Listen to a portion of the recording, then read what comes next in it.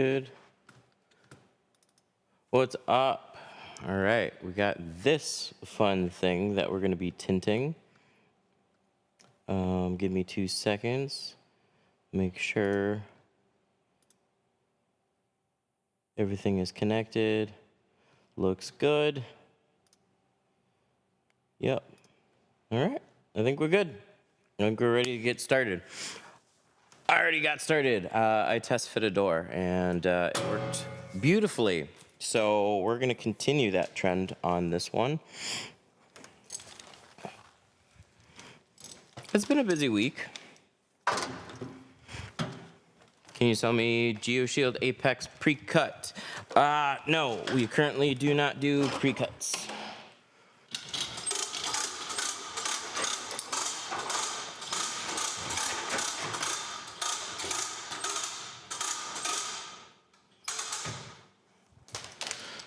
Good job, brother. What's up? Okay. We are partway into this already. I just did the passenger front. I got the driver's cuts, and then we're just gonna go through and cut the rest of them and install as we go.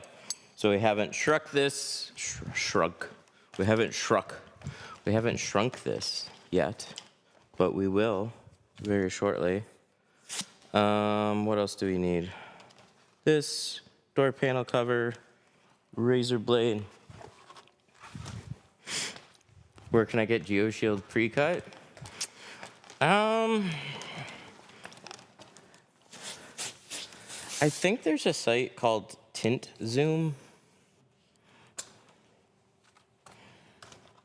They might do it. It's worth checking out.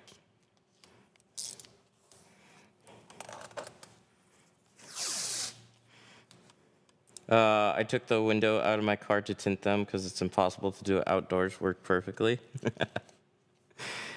There are, it's actually more common. There was a guy in here a while back. I don't remember what country it was from, but it was a lot more common. They end up just disassembling and pulling the doors, but they're so familiar with it. It's like second nature, and they got a nice little like stand. So they just pull it.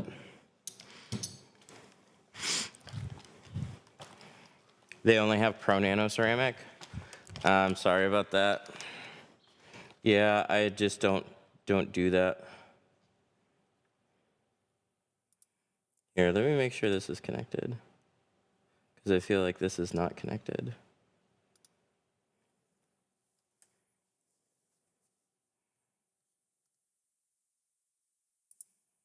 Two seconds, and there we go. Okay, should be fine.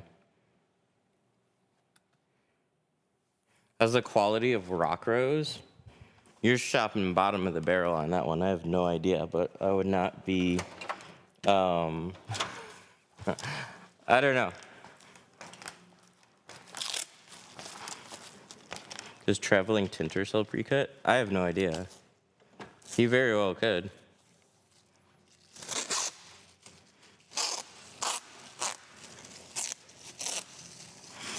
Is 3M crystalline similar to Apex? No, it's different. It's a more complicated ceramic film. It's been around for a long time. It's got a lot of layers. And what it does is reflect a little bit more heat away rather than absorb it. But you get a little bit of a different finish. So Apex is going to look a little bit more black. Crystalline is going to look just a little bit more reflective, especially when it rains. And the other thing to note about it is it's only available, I think last I checked, down to 20%. So you don't quite get as dark. And it's definitely just a much more expensive and bit of a different shrinking process with that film.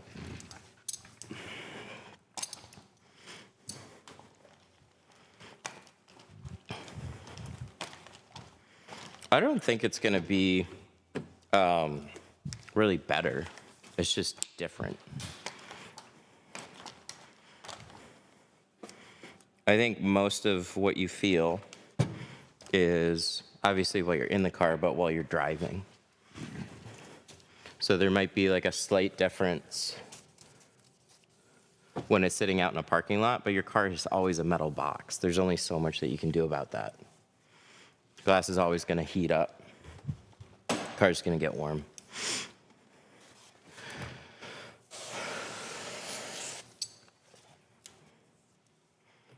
Hello from Poland. What's up? All right. I got to still shrink this one to the door, so I'm going to go do that. But other than that, it's all prepped on the inside.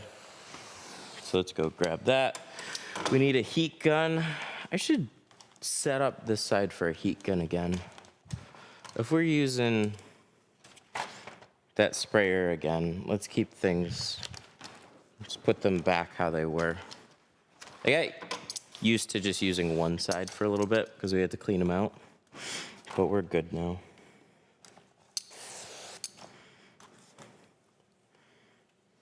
We just used a bunch of heat guns for the classes though, so they're kind of buried in a cabinet. So I'm gonna go grab one. Over here. Is this tint stuff from YouTube? It could be. Here's one. Don't get caught on anything. Yes.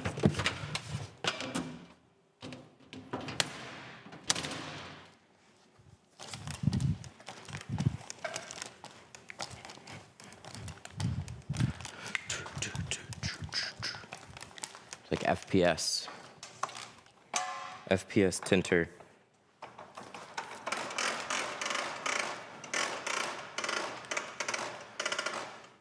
What's the square footage of this shop? In total is about 4,300. The downstairs, like this area, is in the neighborhood of like, probably like 28.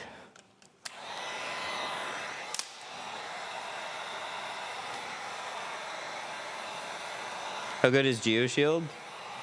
I mean, I like them. I've used them for like the past 6 years. I'd say very good. I can pick whatever film that I want, and I still use them, so there's that. A little bit of contamination is okay. It's up to your customer, not me.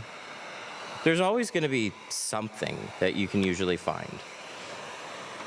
But it's impressing your customers. They're the one that's paying for it. So ignore whatever industry standard, weird, whatever. It's like at the end of the day, if your customer's happy with your work, you did a good job. There's always little things that you can improve.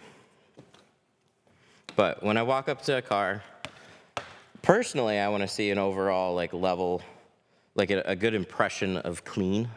So I shouldn't see any like hairs, creases, anything major that jumps out on you. Because that jumps out to your customers. It's not that all of them are going to have a problem. Not everyone is going to notice. But you just want to keep that in mind. That's usually going to give you like a good result. And then if your customer is just like, oh, it looks cool, then you did a great job.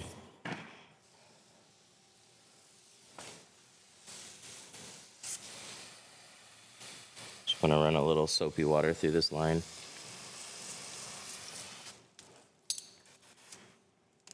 How many jobs have you done in your life? Oh, I have no idea. I don't even know how I'd figure that out. More than 10, less than 1 million.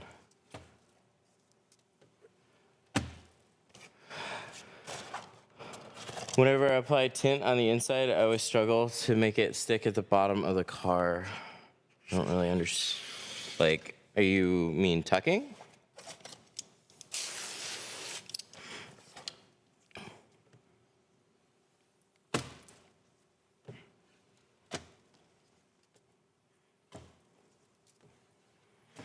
What are the tiny white dots that appear after a fresh tint job? Dirt.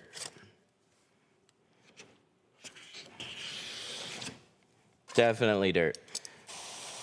Tucking problems. Tucking is a few things. If you don't remove seals, it just takes a while to learn. But one thing that a lot of people do that make it extra difficult on yourself is you cut your patterns way too big. Your patterns don't have to go down like 3 inches into the bottom gasket. They really only need to like shuffle in there a little bit. And same thing with the sides, like you're just trying to cover up your gaps. So if you successfully have done that, then you're good. But a lot of people, when they first start out, they're gonna pull their film down like 2 inches past the seal, and then it's just not gonna tuck. It's gonna be really difficult. So try cutting your patterns a little shorter.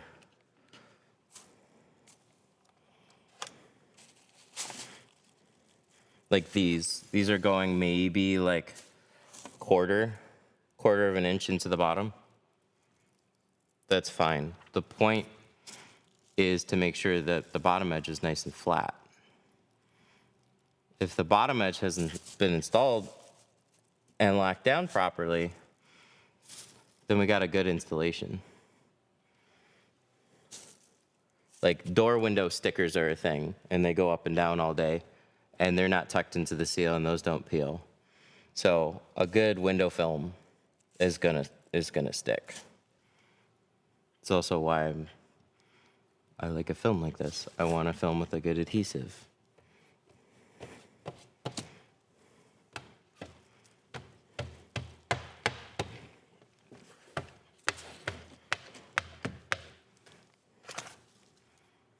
Can you start making beginner flat glass videos? We should.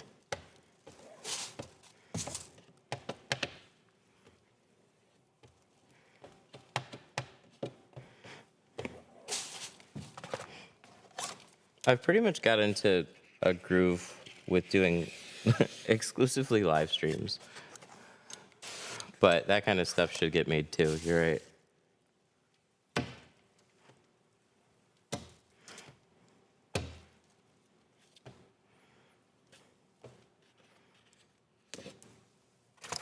Do you have any tips to prevent dirt from getting into the film? Most of it is your installation, and that's really hard to narrow down, but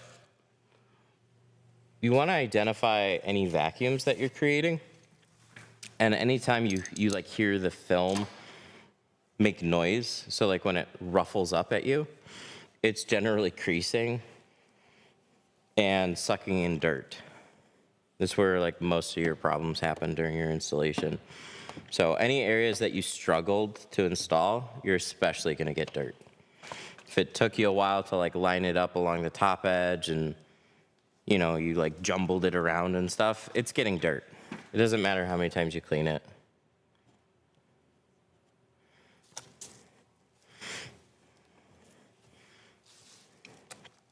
Wow.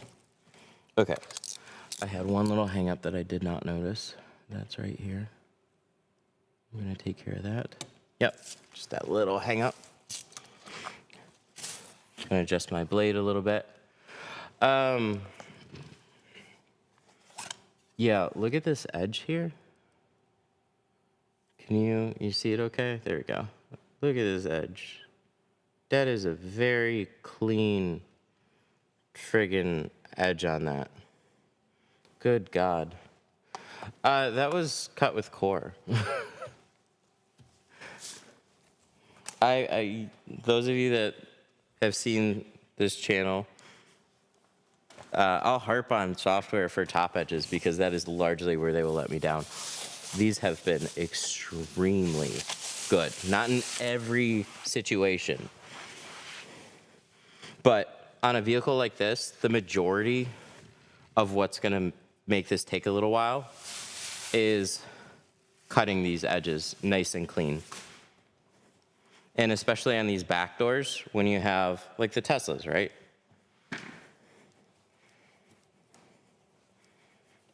It's more about getting your edges as close as you can without going over. I've been just extremely impressed with a handful of cars that we've tried lately. I'm not doing it on everything, but I'm starting to do it more. I've been really annoyed by a lot of different softwares and quality control on their patterns. Core has been super nice.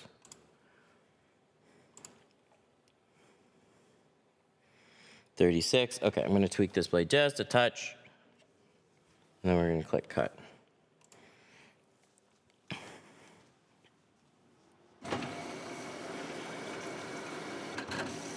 Ooh.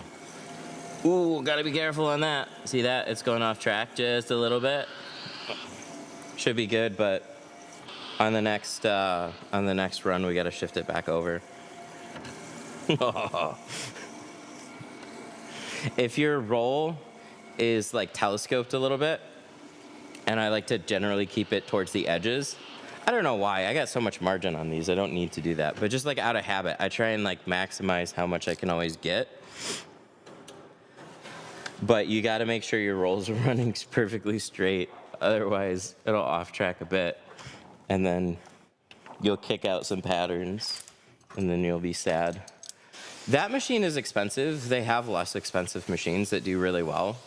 I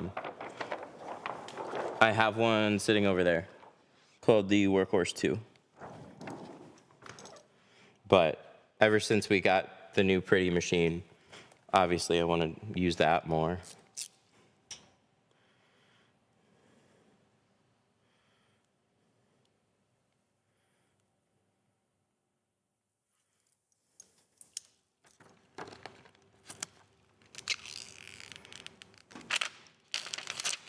All right.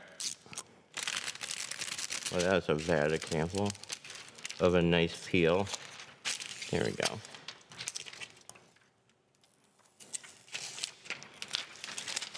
What's the best advice to give to a new tinter? What are you struggling with? It's too general of a question.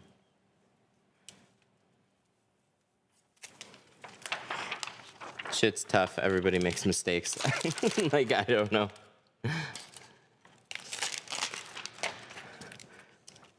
Contamination? It's more about your installation. Wow, I tweaked it too, and it's still in a couple spots on the edges here.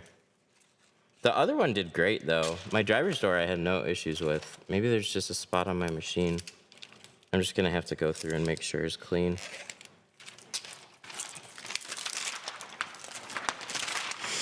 Contamination, yeah, contamination is more about just installation than cleaning the window. That's just part of the job. Like, tinting's tough. Watch videos, try and identify where you're making mistakes. Like, literally film yourself and compare yourself to the video.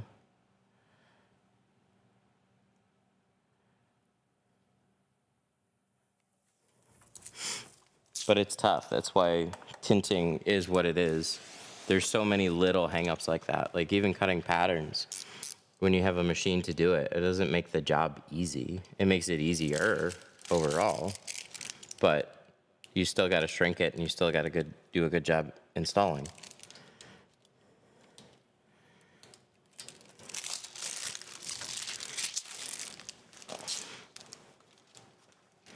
I saw your bodyguard tinting in another live.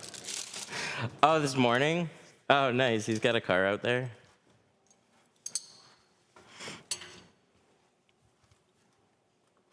Why aren't you hand cutting? Because when the machine works really well, like, I like hand cutting doors. And software has let me down for a long time. Core's been out for a long time, and we've had it for a while. But I'm giving it some more chances. And so before I went live, I cut the front doors to C. And it's a super, super nice cut. And so if I get a cut from the plotter and I look at that and I go, I wouldn't be able to tell if I hand cut this or cut it out on a machine. Like it looks that good.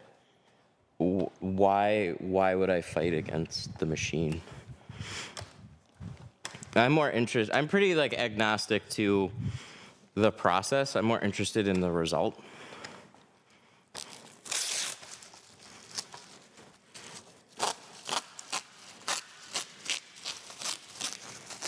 But that's not going to be with every car. Not every car is that good. This one really impressed me. We've done like some F-150 front doors. We've done a handful of other full cars that have been really good overall. So it's nice to see that level of quality control on software finally. It was around for a little bit with Expel software. And I'm not saying their patterns are bad now. They're just not accessible to anybody that's not an Expel dealer. And I'm not going to be one. So all the other ones were restrictive. What brand of tint should I use that'll be more forgiving? Oh, that was Mark. I could have sworn that was a normal comment.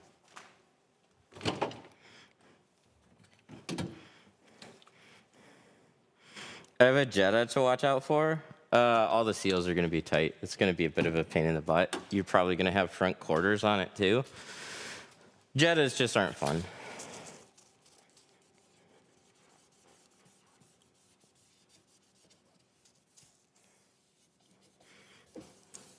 Is ceramic relatively easy to install than AutoZone tint? I wasted so much money on practicing. No. But I'll tell you, AutoZone tint isn't necessarily user-friendly. Tint is only so user-friendly, but I mean, I've got some AutoZone videos on the channel. Or Walmart, both. I've done both.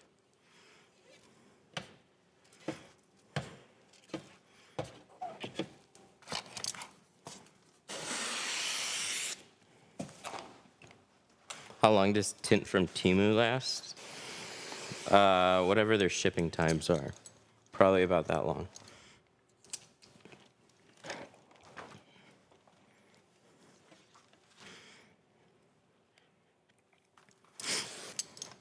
Amazon, Temu, all those places, those are marketplaces. I have no idea. There is no brand there. You're just finding a bunch of random sellers, like buying from eBay. Like, how long does eBay tint last? I don't know. What did you buy from there?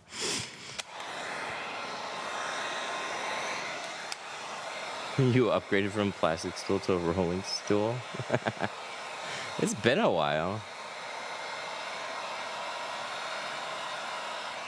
But yeah, I did it. I still have that. That foldy stool, I still use that all the time. It's sitting around here. I used it yesterday.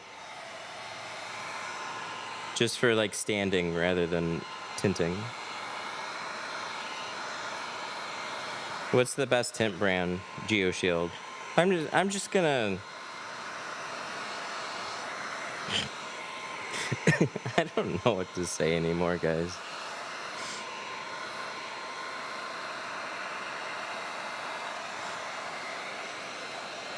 I'll give like a long spiel about different film and manufacturers and it's hard to the blah blah blah. I'm just gonna. It's GeoShield. What do you think about Temu film? It sucks. I'm just gonna give short, simple answers with no context.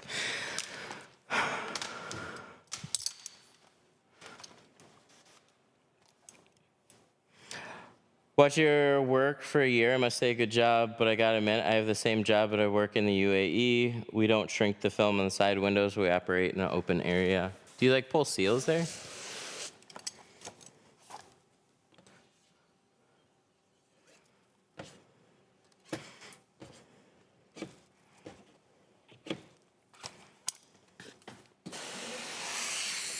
Yeah, I'd do GeoShield over any of them. It's not like I can't get them.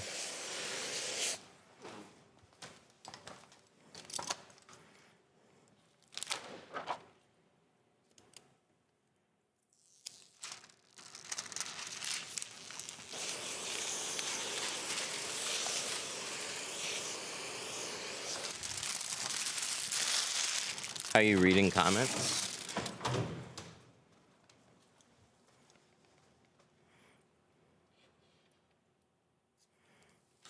3M fades to clear.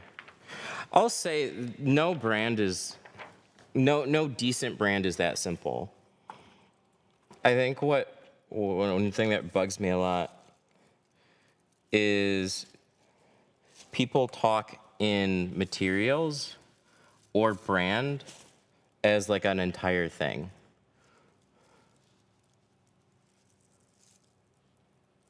So they say ceramic. Like, what do you think about ceramic tint? Or like, is installing ceramic harder? Or is shrinking ceramic harder? And the answer is it can be. Or it can be easier. It just depends on the manufacturer and their specific film line. And every manufacturer has a handful of different SKUs. Like, shoot, I looked up SolarGuard. SolarGuard has like, I want to say 12 automotive film lines. Friggin' 12. How do you have 12 automotive film lines? Makes no sense. But then it gets down to like, okay, does SolarGuard shrink well? It's like, well, which one of the 12 are you talking about?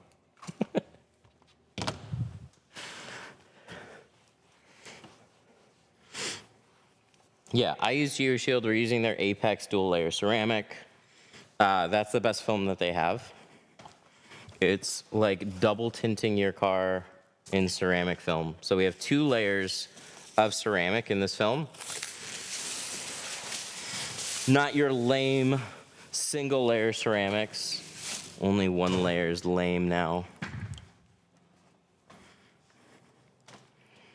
I use Lumar, no issues worth mentioning. See, that's awesome.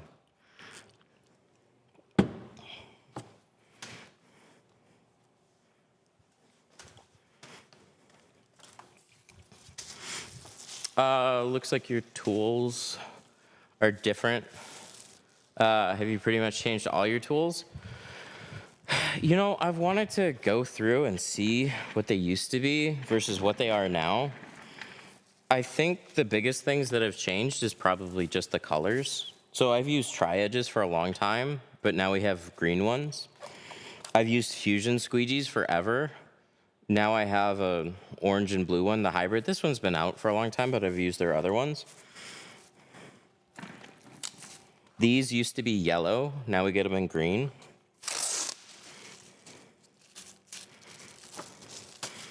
But going like way, way back, I used to use a gold Teflon card. I used to use a platinum Easy Reach.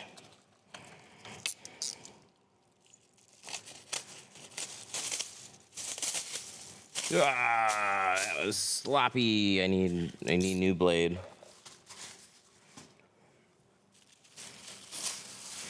Does one-way tint exist? Kinda.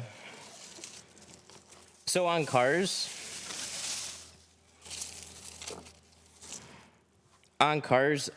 you get that effect. So it's the same on both sides. Same percentage, same look on both sides. But when your door is closed, there's no light on the inside. So when you tint everything, it's all enclosed. So it depends on like where your light source is coming from. And mirrored films can help enhance that a little bit. But there is no true one-way film. No more Conquistador. Yeah, Conquistadors are out. I replaced them with here, we're gonna dig back. I saw these the other day. Look at that. These are a little bit thick and the rubber grabs a little bit too much. So they're cool. They still have their place, but I haven't touched one of those in forever. When the Tri-Edge X came out, I should ask when they actually came out with that thing. When I discovered it, it replaced those very quickly. I use tiny cutting machines. Hey man, I don't know. Why you gotta make fun of my cutting machine? I don't think it's tiny.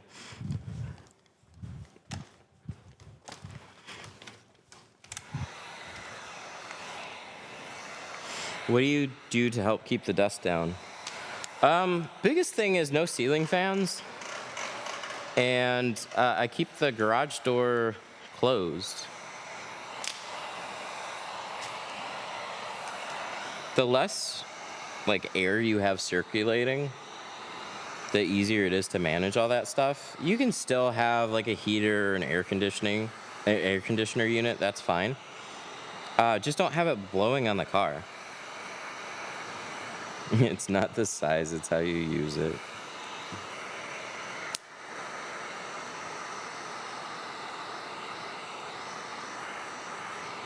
So I used to tint at a glass shop, and they weren't keeping the door closed. And it's not a big issue. Most of your issues come from your exposure time and just installation technique. So let me show you with this one.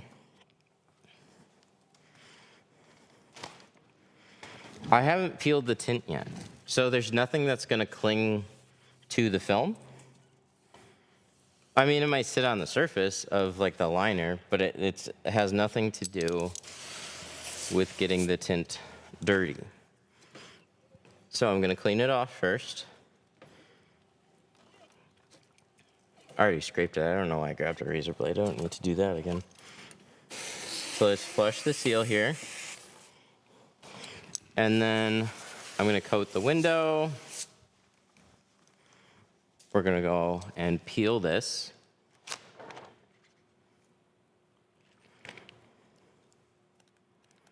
And here, count the number of seconds before this touches the glass. That's my exposure time. So any dust that is floating that might and hit that right now is potential airborne contamination. Still exposed, and basically sealed. So really anything that was floating that might have stuck in between that time is all that was getting there. So if I was fairly efficient, like 23 seconds, there you go. So it had like 23 seconds of exposure time according to chat. 25 seconds, 23, 25, right in that range. So 30 seconds of pure exposure time in the air, and then it's on the window. And it's not even completely installed yet. And I could be two-staging this and still not worry about the bottom half of it. So when I was tinting at other people's locations and they were working on windshields and using air guns and stuff, we just had like some type of an understanding that was like, hey, once you get to a point where you're installing, let us know. So I would cut patterns and get ready to install, and then we would just work together. It's like, hey, I'm gonna be installing these patterns soon. And they're like, okay, cool. Yep, I only got like a minute or so, and then you're good. And then I'd wait for the air to settle just a bit. Sometimes I wouldn't even pay attention to it that much.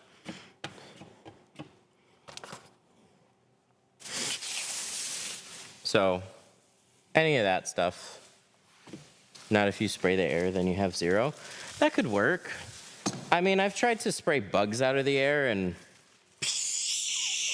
literally somehow they fly through it all. So whatever makes you feel good about your installation. But really, I'm just gonna look, okay, I just don't see a ton of dust floating through the air. So I have to imagine that peel, that's pretty minimal exposure time. I've worked at shops where peel board was here And then you would literally peel it all the way from here, and you could walk all the way through the shop, and just don't like keep the adhesive facing forward. And then you get to the window, stick it on, everything turned out good. A lot of people, I think, focus on little things that they can kind of point at that are kind of mysteries, and they'll blame it on that. Most of it is, oh yeah, I used it on this car. See, that's where that stool is.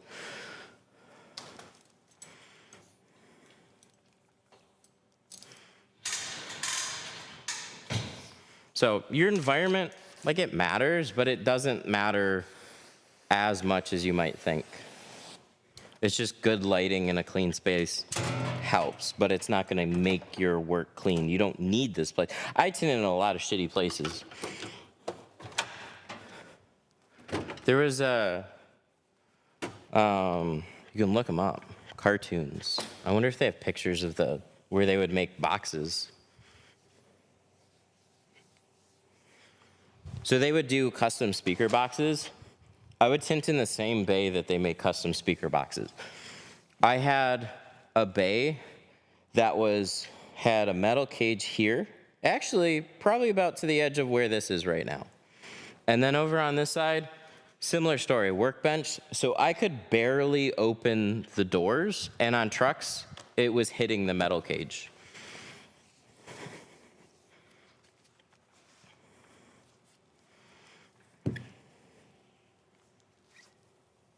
I did a lot of work out of that place. I thought you couldn't tint a window with the defroster? Who told you that one? You might want to find a new tint guy.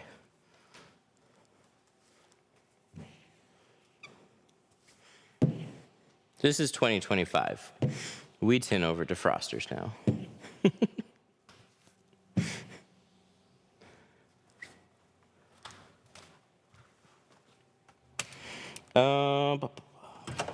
All right, so we need a sheet here. Do window tint places usually do headlights? It's a coin flip. Some do. Any tint shop that has some experience with vinyl wrapping should definitely do them. I don't do them because I don't do vinyl. I'm a one-trick pony. I do windows.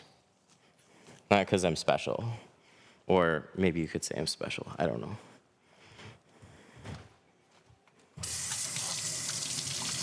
How did you make the keg reels? Those are Cox hose reels. And if I could do this again, I would simplify it a little bit more.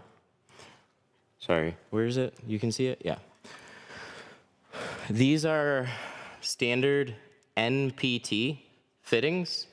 Most hose reels are like for airlines, and they're like not 1/4 inch, but the step at like 3/8 or something, 5/8, something like that. So I looked for a hose reel that specifically had 1/4 inch, and then I just swapped out the hose and kept pretty much everything the same. But you can take a 5/8 one and switch it down to a 1/4 inch hose. But look for ones that have brass fittings. Those aren't gonna corrode on you. Okay, so what do we need? We need a back window, and we need some quarter windows. And we need to double check this roll here, because we're not far away from the end. I don't know if we're gonna, no, we need to open a different roll. This isn't gonna be quite enough. What's the heat rejection rating? The IR is like 96. This one. We need new roll of Apex Ultra 20.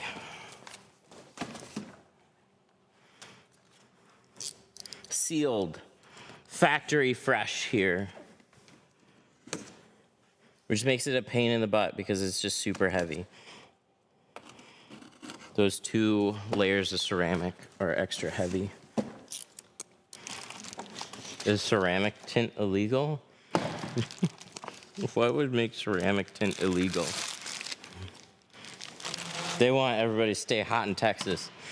Fuck you.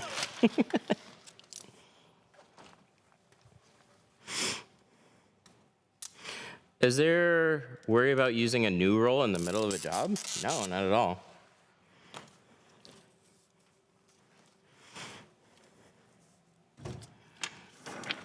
I mean, if you have an inconsistent manufacturer, I suppose maybe there could be like some type of difference, but if you use a good film, I can't see any reason why it wouldn't be okay. Okay, so front edge. Just to get my tint done, there's a fold in one of the corners on the rear window. Do I go back to get it fixed? I mean, you're asking me, so it definitely bugs you. I would. Any good shop should be pleasant about getting that kind of stuff fixed too. You never should have to worry about like, are they gonna fix it or not? If there's something in the tint that you don't like, bring it to the shop's attention, and a good shop will acknowledge and fix it. What brand is good or the best? GeoShield. That's what we're using right now.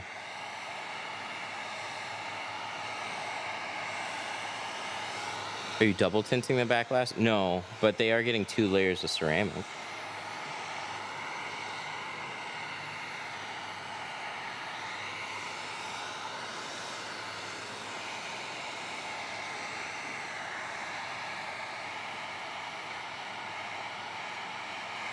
Is 2 layers overkill? Not if it's in one film. But is there any problems with overkill? All right, so let's grab our back window. We got 2 options here. Most people cut out the one without the brake lights, but still, 60%, 60% of people cut out the one with that brake light cut out. You amateurs, what the hell?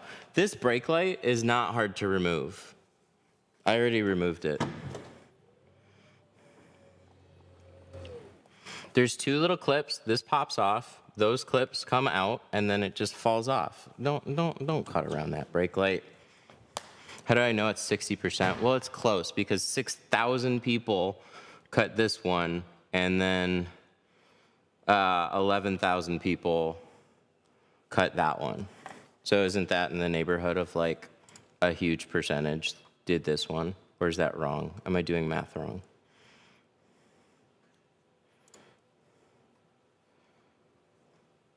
Yeah, what's nice about Core is if you're wondering like what patterns you should cut or like it's not like for sure, but you have like these indicators that like, okay, so only 20 people cut this one, 424 cut this one, 1,100 cut that one.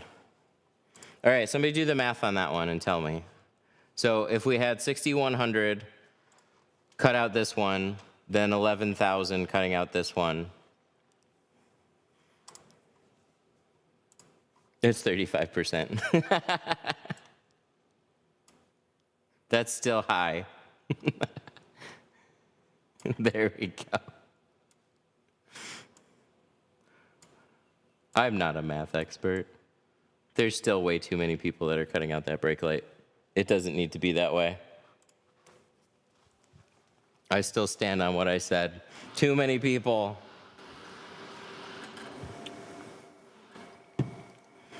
I'd rather have the brake light clear. So if it's got like a nice border around the brake light, but otherwise it doesn't look, in my opinion, it doesn't look clean. And you generally get some dirt around that brake light.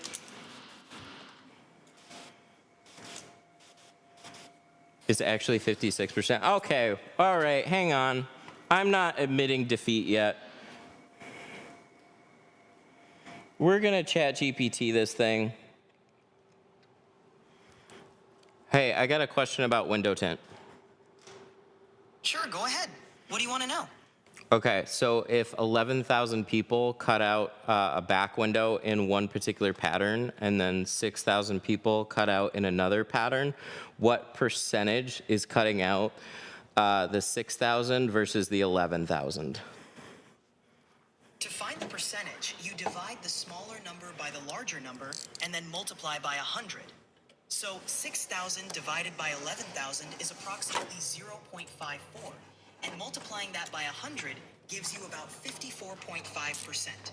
So around 54.5% of the people are cutting out the 6,000 pattern compared to the 11,000 pattern. Okay, I got a bunch of tinters in chat who can't do math. I stand by what I said. I was right. About 60% of people, 54. Everybody's like, oh. Shit, I'm not stupid. Okay, there we go.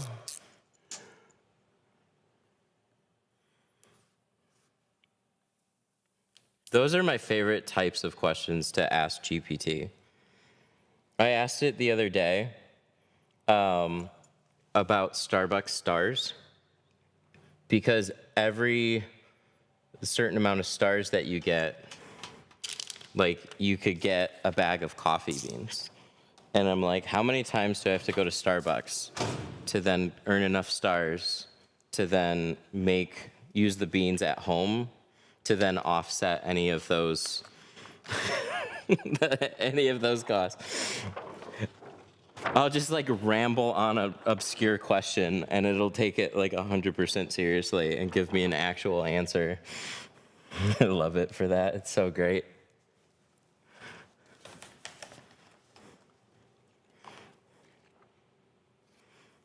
You were so confident, but you're so wrong. I wasn't, though. I said 60. That was wrong, but it was like 54. I was way closer than 32. Although if it's Price is Right rules, I went over.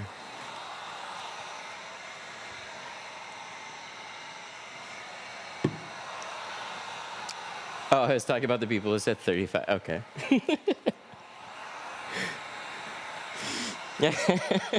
We have fun here.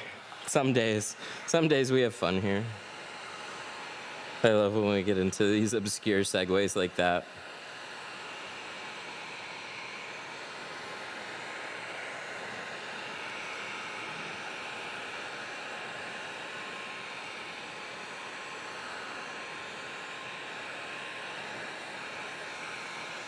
All the comments kind of blend together, so it's hard to separate stuff sometimes.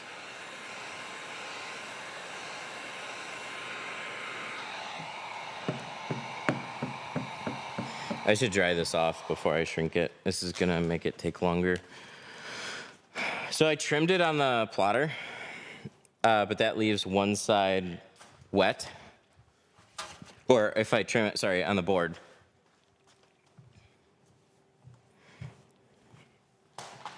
So let me just wipe this off. Whenever you're shrinking against water, water keeps the film cool.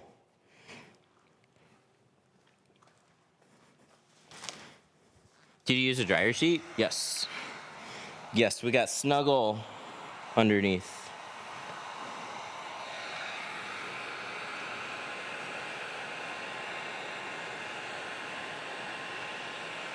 There we go, that's a little faster now.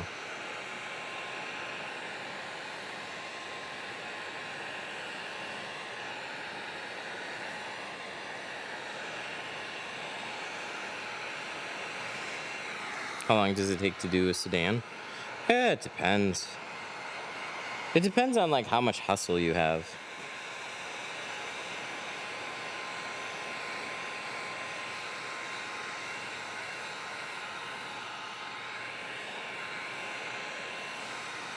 Still wrong. 17,000 people tint, so 6K, 30, 11, 70. We're still doing the math on that.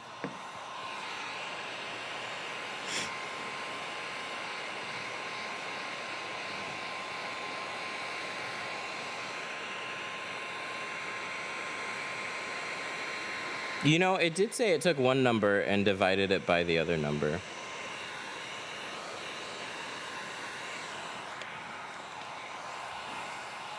It's all right. I will entertain this.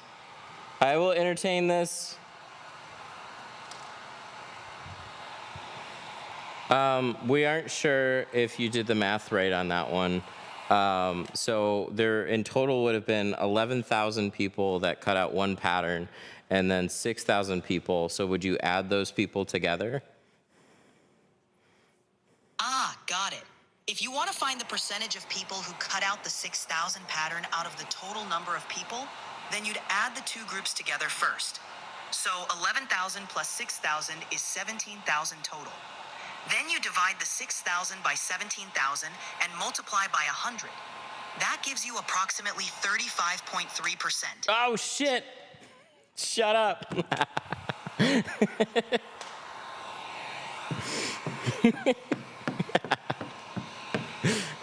The plot twists. Just kidding, chat. I'm an idiot.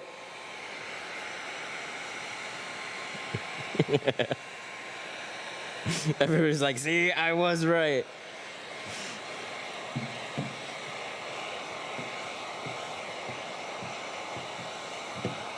And that's also one of my favorite things about GPT.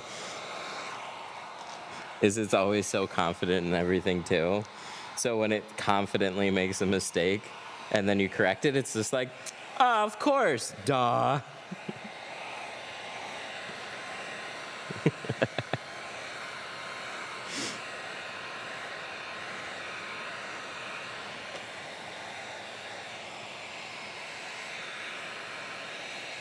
Is that 5? This is 20.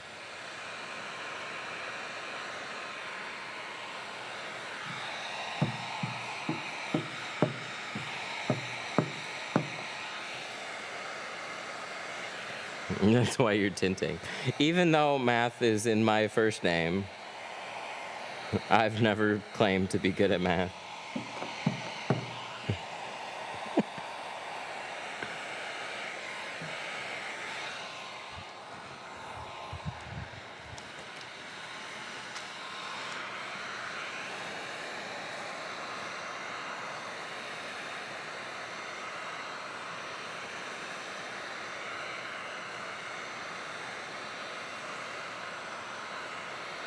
Has Snuggle changed? I have no idea. I always thought it was funny when people found out that Bounce changed. There was like a news article or something. I don't know. I don't get Snuggle news daily. It very well could have, but it's worked the same for me.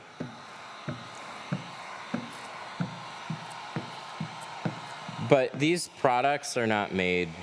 You might want to get dry shrink prep or something like that. Like these are particularly things that work well for the films that we're using. And if it didn't, I'd start looking into just other solutions and see. They work well until they don't. How much should a 2-year experienced tinter get paid at a shop hourly? That's more about where you go and how you can negotiate your salary more than anything. Because, I mean, there's just different living incomes all over the country. So it's kind of a tough question to answer.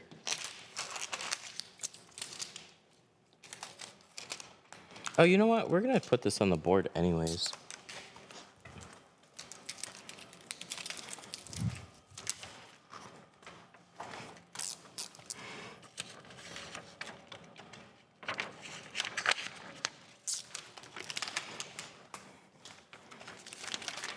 Let's move the board. Let's put it over here.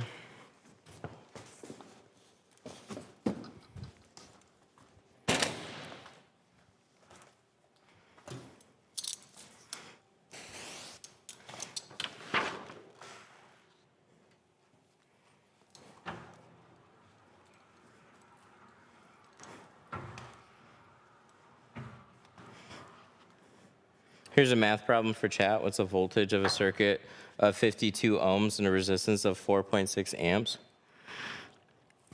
Look, man, I'm not getting into quantum physics today.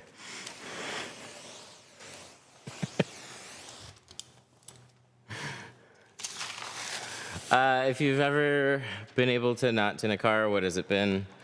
A Beretta came to mind. That car sucked. That was a long time ago. There was a C6 Corvette years back that I turned away, but I've done plenty since then. I thought I cut through this more plotter. Are we back to this again? We gotta figure this out.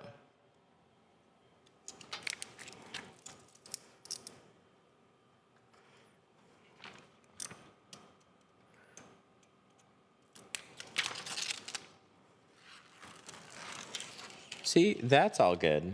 It's got a couple spots then. There's got to be a couple spots along the cut strip that just aren't good. But good news is this is the last window that we're going to be cutting out there anyways. 240 volts. Well, some people know quantum physics, so whatever.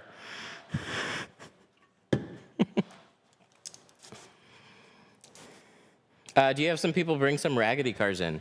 Yeah, for sure. I love raggedy cars. But you'll find that raggedy cars disappear when you're at certain price points. So the more you charge, the less of that you see. And it's just figuring out that balance. I'll tell you, being in a nice area will definitely offset raggedy cars.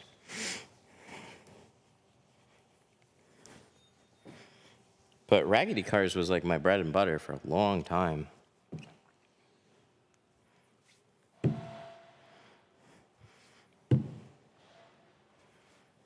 How much for an F-150? If we're doing the same job as this, we're doing all around with our best ceramic, would be $650 for everything. $450 in carbon, $550 in single layer ceramic. Yeah, I have a Teflon strip there, but it's dug through a couple times. I don't want to replace the underlying one, so I'll see if there's something maybe doubling up or putting a thicker tape there, I can fix it. Do you think car dependency is ruining cities? No.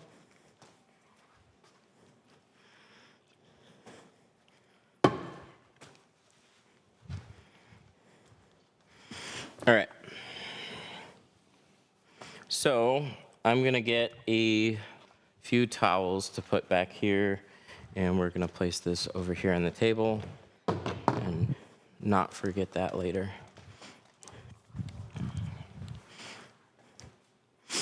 What do you recommend for front windshield? I have 15 all around, nothing in the front. Similar to this. I think 50 is a really nice look. It's light. You can still tell there's tint on it. On an overcast day, it looks a little bit more tinted. On a bright sunny day, it doesn't look very tinted. So it just depends on what you're after. No more math, my head hurts.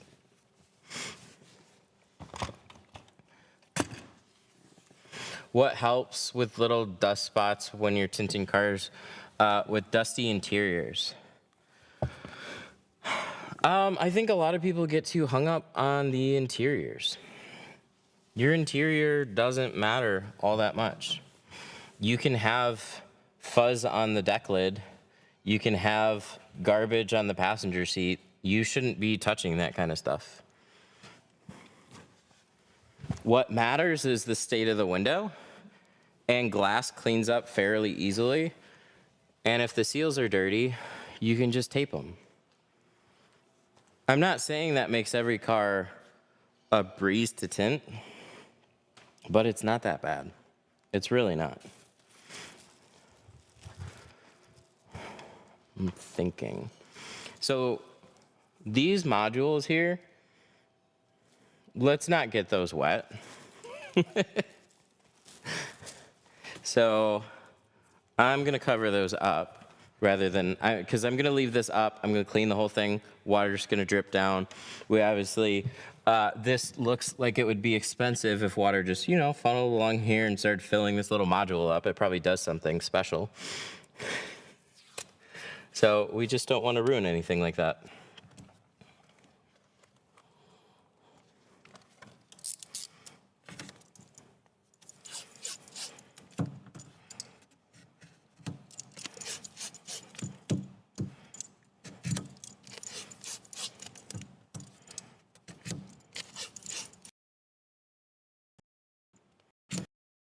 Oh, come on, YouTube. Why you gotta do that? Whoa, that's weird. Hang on. TikTok's good. If you're on TikTok, there is no current video disruption, but there will be. 1, 2, 3, 4. Hang on, TikTok. We're coming back. We're coming back, TikTok. I swear. Okay, it's still black on TikTok. Hang on. There it is. Yay, we did it. I don't know what it is.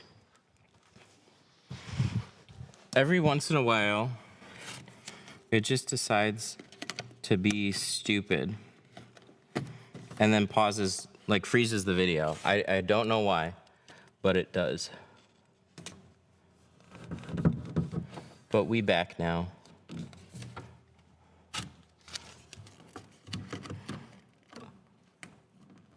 How many red dots do you lose per week? Not as many as I used to. Surprisingly. I don't know what happened. Video just freezes from time to time. It's annoying.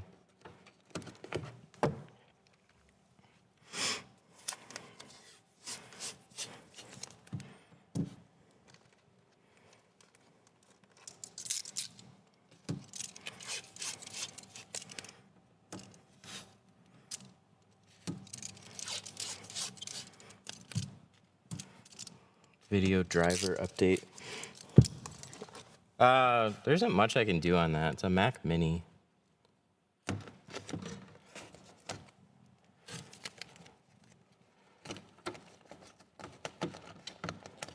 We're creating a little shingle here.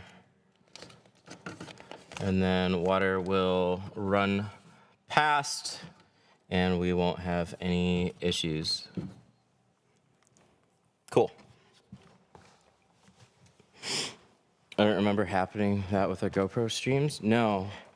GoPros will just freeze and shut off. So we had to stream a completely different way.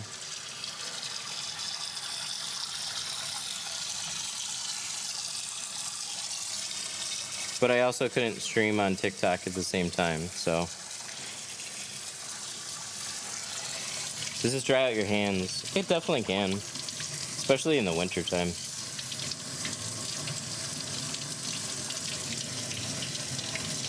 How long have you been tinting? About 15 years, 16 years.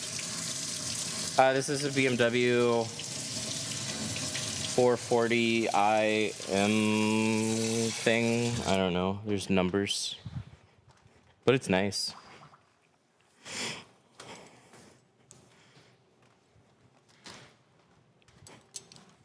Okay, so we got our back glass over there. Let's clean this. I tried to remove these. The most annoying thing about this back glass is the way that they design these pillars. They're like, the glass is tucked in past where this is. So I'm gonna wipe it off and get a nice result. But I tried removing the sides.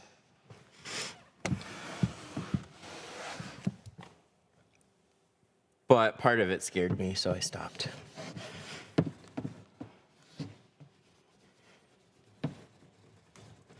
How many cars have you tinted in a day? What's the most? Like a long day, it would have been in the neighborhood of like 8 o'clock in the morning to like 6 or 7 at night. Probably like 5 full cars, a handful of sets of doors, and a few windshields thrown in there. In that neighborhood.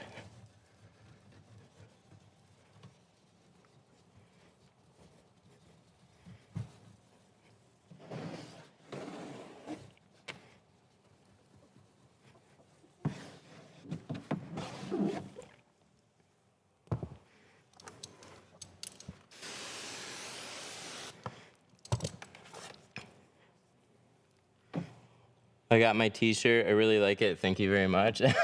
Hell yeah. Thanks for shooting us your order number. That helped out a bunch. I don't know why we couldn't find it. Your last name was there twice, but our search just wasn't pulling it up. But we found it with the order number.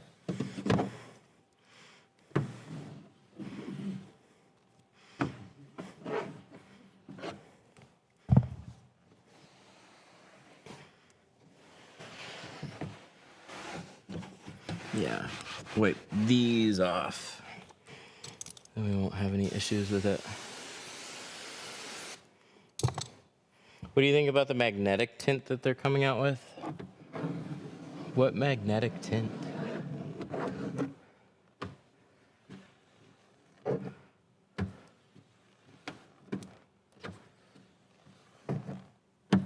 Tint I don't see changing for a while.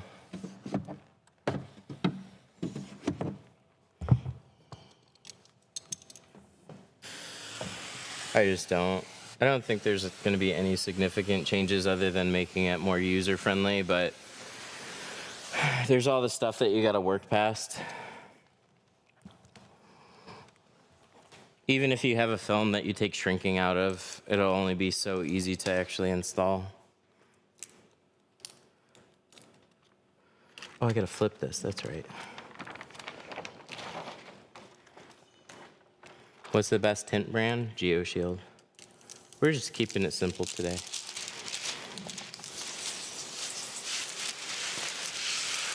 It's what I use. I like using the best. I've heard of Expel, yeah, from the marketing team, which they're really good at. They have a hell of a network. They don't have films that are any better. They utilize the same manufacturer, and for a few of their a couple of Geo's films.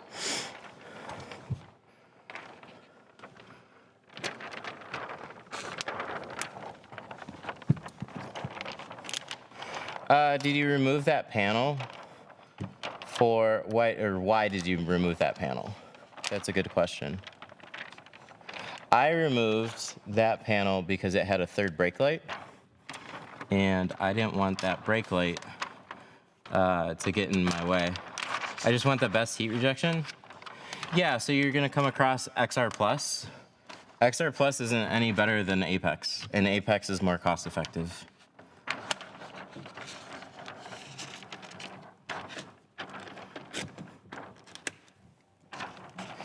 And XR Plus is way more blue.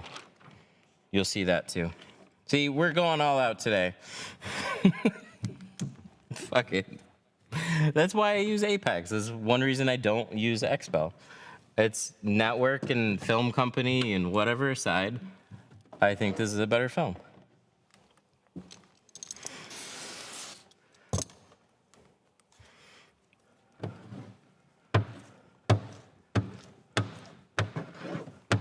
Does tinting affect Wi-Fi in cars? No. That's old stuff with metallized films. That's long gone. It used to be like radio antennas and cell phone reception and AM radio. Because when you put metal on windows, you're creating a Faraday cage. But ceramic films don't have that kind of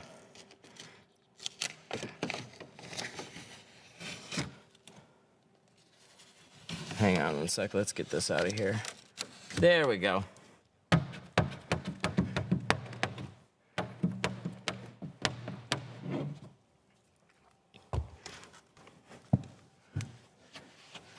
Which brand is Apex? GeoShield. See, I like to stay somewhat neutral.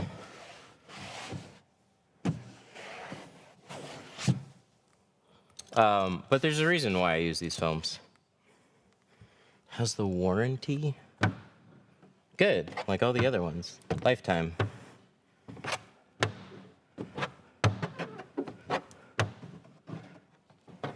Is an XPEL for ceramic window tint worth it? I don't think for Geo it is. I think if you want to buy into a fluffed up brand, that'll make you feel a little bit better. You're not going to get a better product though. And you're going to get a more blue product too.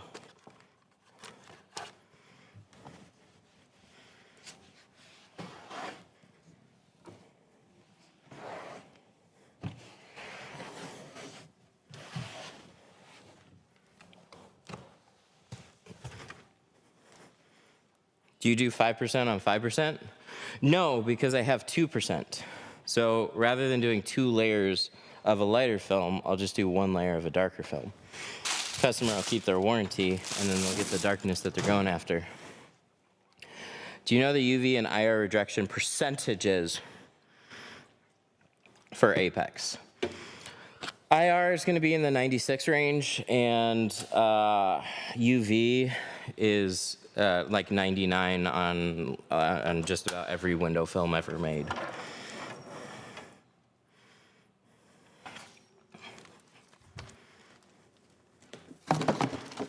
Can you order pre-cut pieces for a specific vehicle? Yeah, there's a lot of sites out there. I'm just not one of them.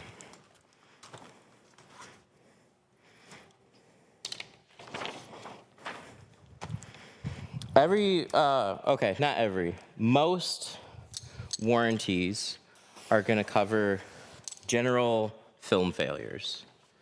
If the film bubbles, fades, peels, a lot of warranties will cover that.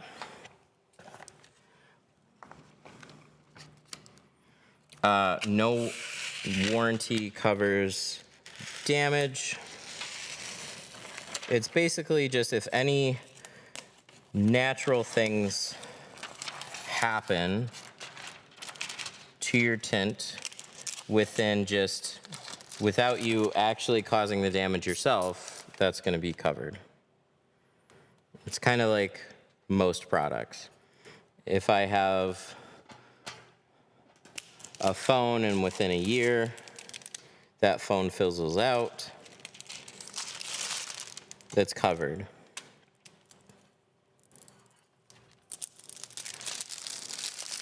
Got my car tinted, it bubbled, so I took back to the shop. Had switched owners so they wouldn't honor the warranty. That is dependent on the film. So you gotta look into what the warranty specifically covers. That is the case with some, but also shops are sketchy. And there's quite a few that once they tint a car, they got their money from you. And any extra work for you that doesn't pay, it just costs them money. So they're gonna look for any way to not honor a warranty.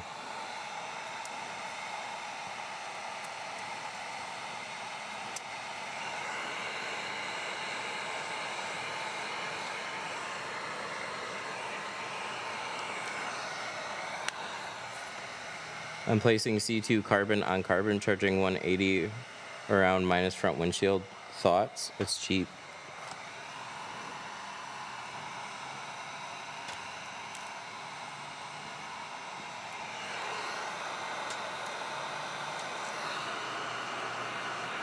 Darkest you'd go on a front windshield? 35. Darker than that during the day is fine. It's nighttime and rough conditions. So if it's rainy, it just really screws with your vision. So everybody's gonna have a little bit of a different opinion on that. There's some shops that don't tint below 70%, some shops that don't do below 50%.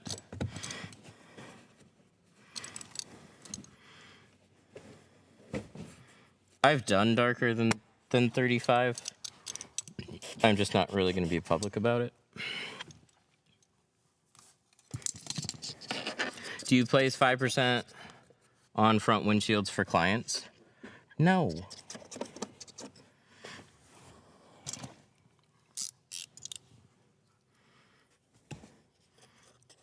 Some places won't do it. I won't do that. That's silly. You don't need 5 on a windshield. Mine's double 5 all around. Yeah. Oh, and 20 on the windshield. See, 20 is not that bad. But here's the thing.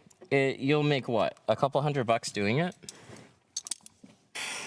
And your liability just goes way up. So that's why. It's like, it's not that we don't want to have fun. It's that people are stupid. And that shit can come to bite you in the butt. So it's not that we don't want your car to be cool. It's that we want to continue living.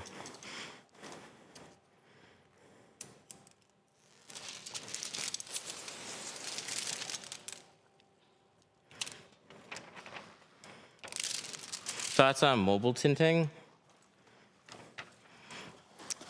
I did mobile for a long time, but I did it a little differently than some people. I tinted for auto companies, and I really liked that. I would go to one place for the day. They would load me up with work, and I would just knock it all out. Some days they weren't very busy. Some days they were extra busy. So they would generally get 1 or 2 days a week, depending on how much work they could book. We would funnel all that work to like a Monday or a Friday, if they had 2 days a week, or just like 1 day a week, like a Wednesday. But I don't like running around from house to house. That sucks. It doesn't pay enough. It wastes a bunch of time. And there's no repeat business from a lot of those people. So you just have to like set up like a circus, do your act, and then flee the scene. So if there's any issues with that job, you then have to go back and set up all your stuff. Where if I'm tinting for a company, and there's an issue with one of my jobs, well, chances are I have more paying jobs that day anyways. Just have them come back in on the day that I'm tinting, and we'll fix it. Easy peasy. So I much rather do that. Do you ever hear of people getting pulled over for too dark? Yeah, it's not foreign. It still happens. But it depends a lot on where you live. Some places they don't care, some places they care too much. I saw a news headline that in Dearborn, they made it a mission to pull over as many people as they could. Weird, but okay. Where'd you get the stool? This one's OEM. I like the green. It goes with everything. They're actually really nice stools. They're like $50 on Amazon. I like them a lot more than the Harbor Freight ones with the metal trays. These wheels don't come off. They're a little more lightweight, and I'm not worried about bumping metal against the car. That's one reason I don't want to get like the Viper chair.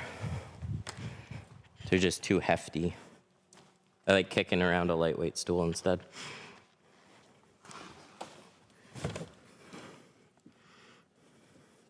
Dearborn goes extreme with everything. That's true.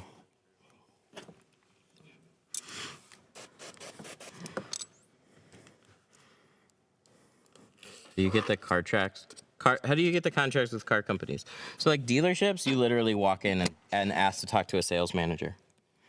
And you go, hey, I am Tinter. Do you need tint? And they will either say, we already have somebody, or yes, we are looking for tint.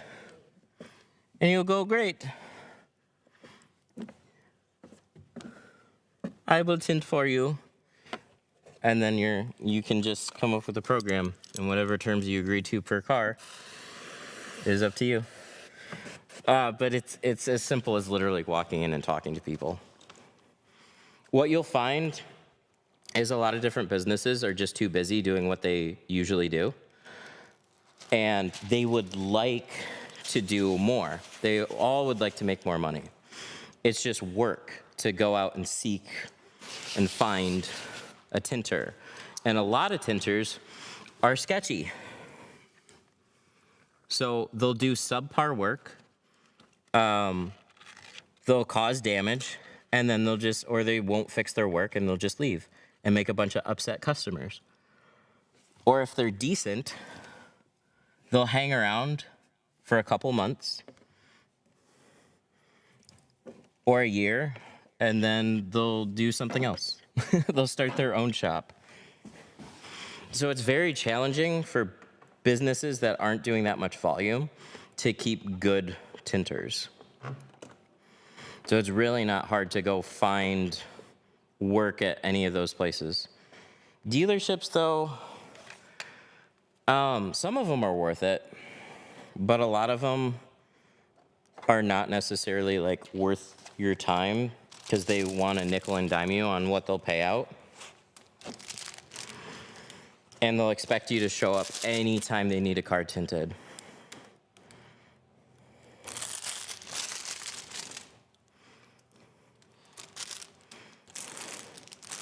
What causes an air pocket crease? That sounds like a dry spot. Because it's an air pocket and a crease. So something stuck and you folded the tint over. Or if it was just a crease, maybe you creased it while you're shrinking.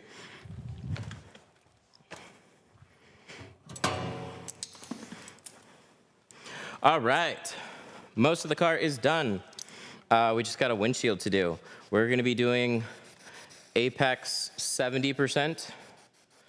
It's gonna be nice. It's gonna be virtually clear. We did 20 on the rest of it.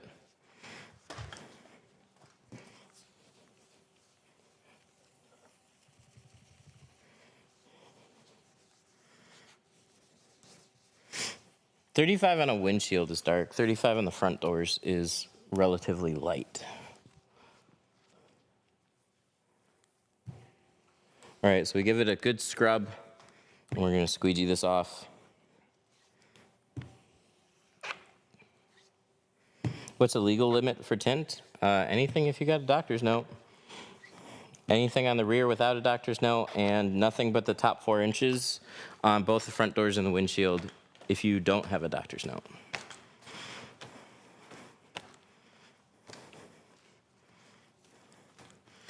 Do you think clients will eventually only want ceramic tint? It's been interesting because most shops are only offering ceramic to stay competitive. So it's not even necessarily like a customer thing. Like everybody wants the best, but not everybody wants to pay for the best. But what we're seeing is more ceramic films, more competition, and even entry-level films at shops are ceramic. Now, the important thing, but also not something a lot of consumers realize, is that there's quality differences. So just like films used to turn purple and bubble, ceramic films can be very hazy and still bubble. So if you just get your car tinted in a cheap film, you are likely to have problems.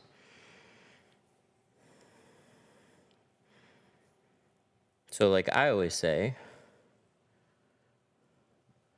if you want to go to a cheap place to get your car tinted, send your friend first and make sure it's going to be okay. And then put your car at risk. Sacrifice your friends first.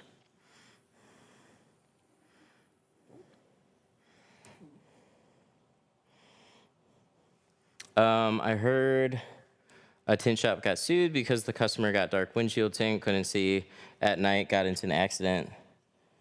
I would look up where that actually happened, but yeah, that's not anything that couldn't happen. You can get sued for anything. There's state laws differ across the country. Every state's different. So any way that a lawyer feels like they could get money out of anybody, they'll go after. So if somebody gets into an accident, can blame a windshield, sure, why not go after the shop? Shop probably has more money than whoever they're suing. Throw them into it. That's why I say, like, if you're doing 5 on a windshield, you're probably dumb. Because that's the kind of risk that you put yourself in. So it can happen to anybody.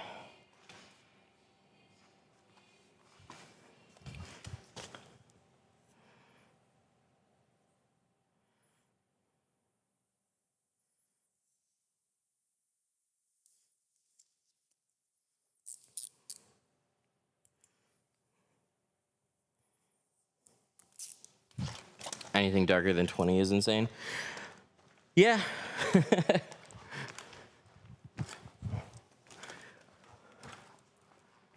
If a client of yours told you to remove their tint from the cops, could you redo it for them for free and write it off? If a client of yours is told to remove their tint from the cops, I don't see what that doesn't make sense. You're just doing work for a person still. I mean, with that logic, it's like, why not do everything for free then, whether or not it's a removal? But ask a CPA on that one. I got math wrong earlier, so I'm only so credible here.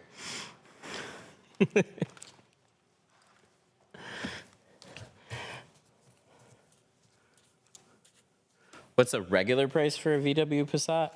I don't know. Everybody's different on pricing.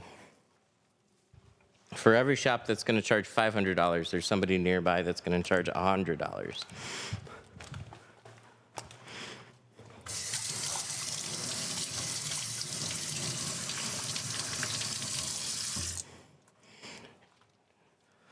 Don't tint your windshields, at least not lower than the strip. See, Michigan is still 4 inches on a strip. So we're talking a windshield strip is literally here. Like, nobody's going to get that. This literally makes no sense. Some places or some states are the AS1 line.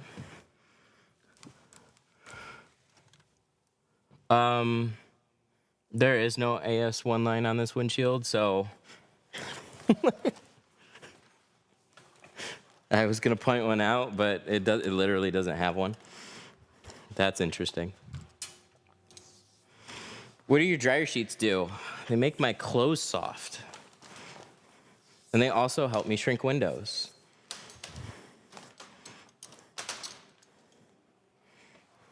How does that work? I don't know. It just does.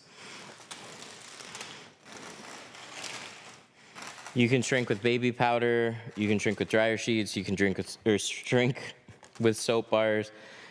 Dry shrink prep. You could probably shrink with ketchup. I've done car wax before.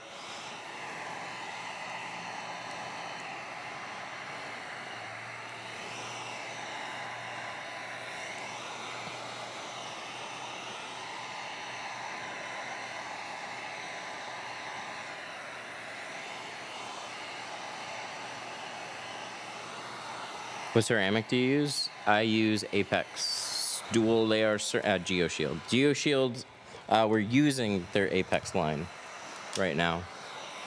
I can give you guys a little illustration up front of why I like this film. Would you guys like to take a little adventure up front and see? Or should we just jump right into tinting a windshield in 70? This is 35. Most of the cars that we have tinted this week have been in Apex.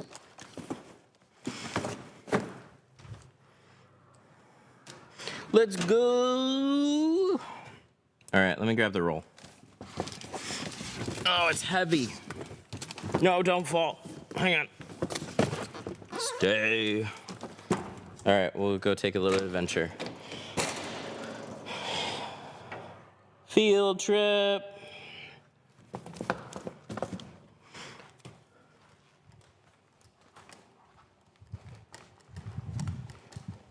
Oh, I'm jealous. My kids are having foods. I want breakfast. That sounds nice. Okay, so these are the different films that we offer. They all look good. So if you just want a good looking tint, you can go with our least expensive option. The biggest difference between them is that the higher up you go, the more heat that it blocks. So carbon blocks heat, but mostly in the darker percentages. C2 ceramic will block out lots of heat in all the percentages. One layer of ceramic. Apex blocks out lots of heat in all percentages, but it's 2 layers of ceramic, so it's basically like taking 2 films, combining them together. Hey, we can do that, literally. Like, magnets. Ha! Anyways, so we have those films here on the box. We're gonna start out with a basic film. And where are my slides? We're gonna start here. So we got a lot of heat coming off of this box. How much? I don't know. This says 500 right now. So 500 basically means there's 500 heat units between this bulb, the glass, the film, and this point right here. So if I go from our basic film to this single layer ceramic film, it went from 500 down to 143. I can feel a little bit of heat, but hardly any heat at all. When we go to the dual layer ceramic, it then drops even farther. It's down to 65. So now I can there's no heat right here. That's gonna be the biggest difference between all of that. If you care about keeping your car cooler, go with a ceramic film. If you want just a nice look, you're fine with a carbon film. There's nothing wrong with any of them. They're all good films. They're all made to last. They're all gonna give you a nice dark look, and they're all gonna be covered.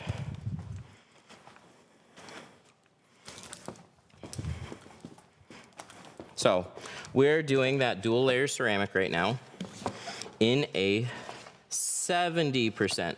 So this is going to be a very, very light percentage. Basically, you're not going to be able to tell that there's tint on this windshield unless somebody tells you it's tinted.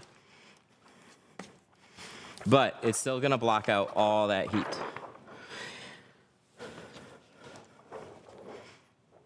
Heat rejection from 60% to 90%, is it really noticeable? Yeah, that's a big number.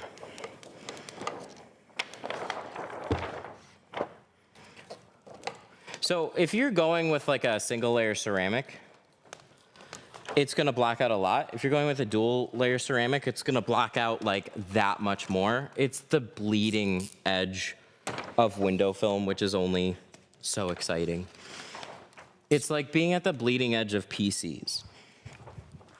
Like the one processor that is underneath the top tier one sometimes is only like you're squeezing out like this much more performance. You're kind of doing that with Apex.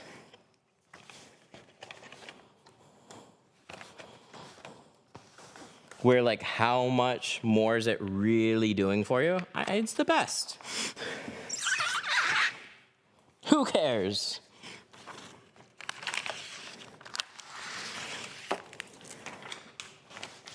But I'll say people get wrapped up in numbers a lot. And the difference here is 550 versus 650. So they were like, oh, no problem. Let's go with the dual ceramic. So that's what we're doing.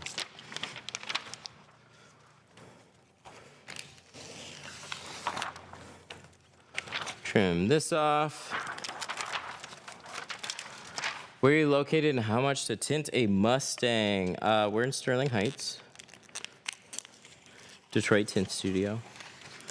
What do you want to do on your Mustang? Everything with a windshield? Is it hard to get tint exempt? If you don't have a legitimate reason. And again, it depends on where you are and who you know.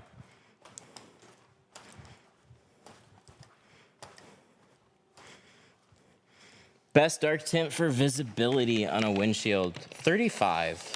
35 is dark enough where it does a lot for you, but it's still easy enough to see through. I felt like 35 legitimately blocked out some like noticeable glare. But it makes the windshield look dark. So, depending on where you are, that may or may not be a problem.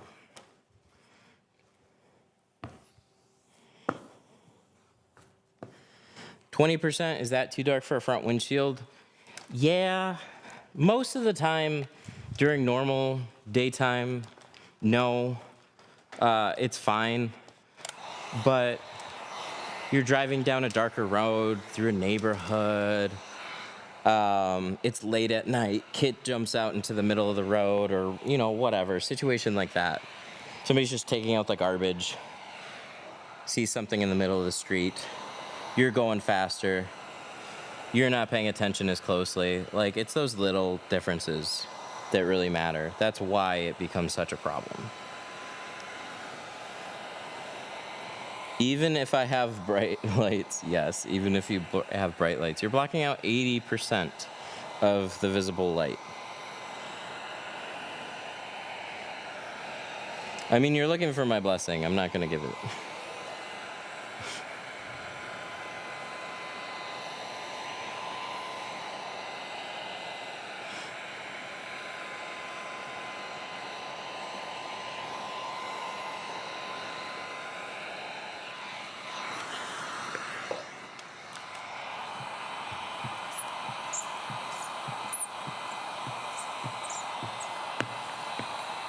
Opinion on color tints? It's cool.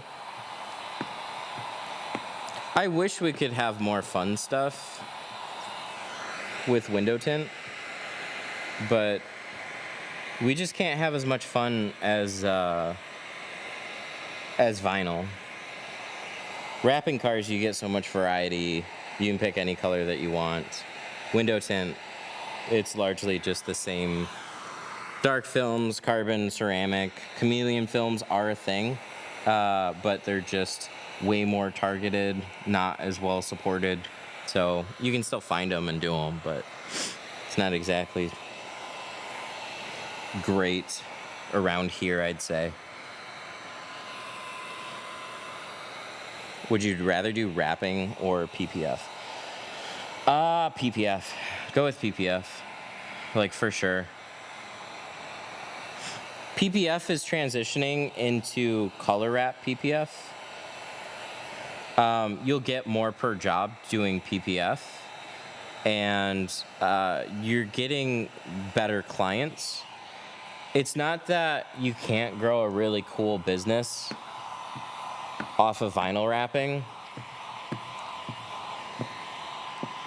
but think of the customer. Do you think your average dude with a brand new Navigator is more interested in changing the color on the entire thing, or more interested in protecting the front end if they've bought it? It's just there's going to be more work. There's more work, there's better customers. It's hard to land those jobs too, don't get me wrong. Like, it's not easy, but overall, doing front ends with PPF is like a solid way to go. What is PPF? PPF is paint protection film. It's like a big screen protector for your car. I heard an interesting stat. Usually I would just say paint protection film, but the search term PPF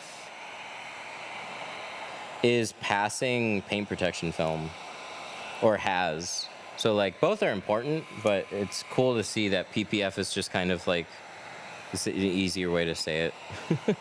It's just if you don't know, it's not self-explanatory. Is it easier to contaminate PPF rather than tint? It's definitely easier to contaminate. You can clean it in certain situations.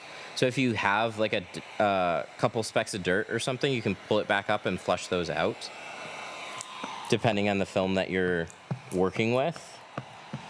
But PPF is like if window tint and vinyl had a devil child, because it's the kind of the worst of everything. You're stretching a clear screen protector over the outside of the car. So it's really easy to find specks of dirt, and when you're doing the outside of the car, that's way dirtier than the inside of the car. Vinyl wrap, you can still see imperfections in the film, but it covers up some stuff more so than literally like highlighting them, because it'll show air pockets.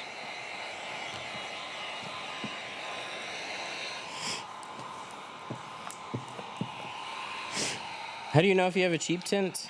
If it is showing signs of failure. If it looks good, if it blocks heat or whatever, if it's doing what you paid it to do, then your film is fine for the most part. Then it's just a matter of time. If it lasts for a long time, then you know you got a good film.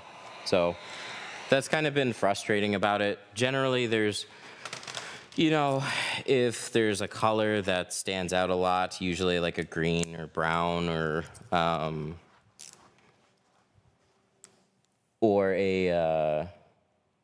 don't know. There's just like tinters. There's things more tinters would recognize than actual consumers. Hazy.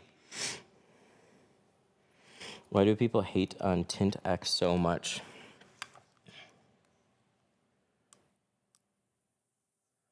So I'll tell you why I dislike people bringing it up so much is for a few reasons. One, it's not like when people were trying to learn how to shrink, a lot of people would just recommend Lexan at the time, but they wouldn't specify anything. They're just like, just get Lexan. And so I had people that would come to my class that tried with that, and they just like, I just can't get it. But they brought rolls with them to practice here. And then so we would switch back and forth between using like a C2 Carbon or a Pro Classic or a Pro Nano.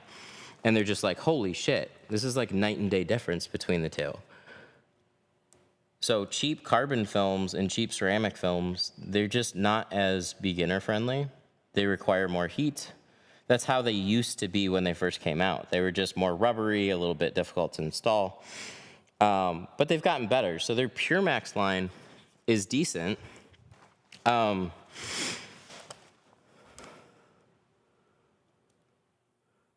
largely it's just bad products. I don't really have a problem with their Pure Max line at all. But when people act like a $400 roll is the same as a $200 roll, no, I'm sorry, they're just not.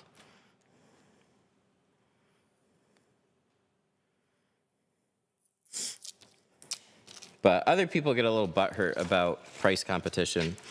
So what's happened is people will just say, I have ceramic, it costs this much, and then another shop will actually carry a good product and say, I have this film and it costs this much, and a customer will just have no idea. And a good percentage will go with a cheaper option, but there's problems for the customers for that. Those shops don't necessarily fix issues down the road, and saving money today on a cheap product will often cost you more down the road, because then you have to pay for removal and you have to pay to get it retinted. it just kind of sucks.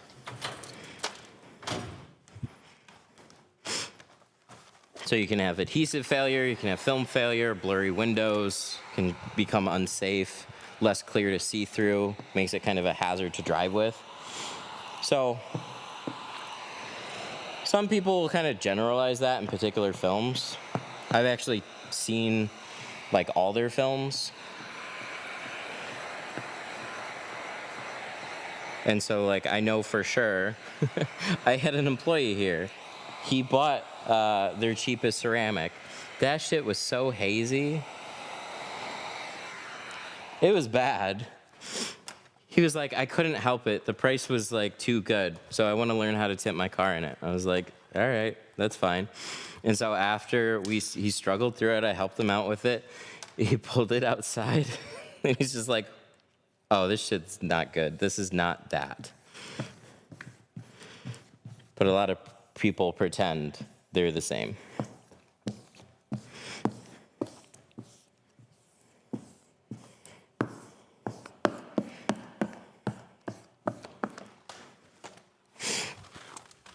Oh, just, you can insert that with any cheap brand of film. It's just that one gets mentioned the most. I get asked about it all the friggin' time. And I don't care if you want to carry it. It's up to you. It's not for me.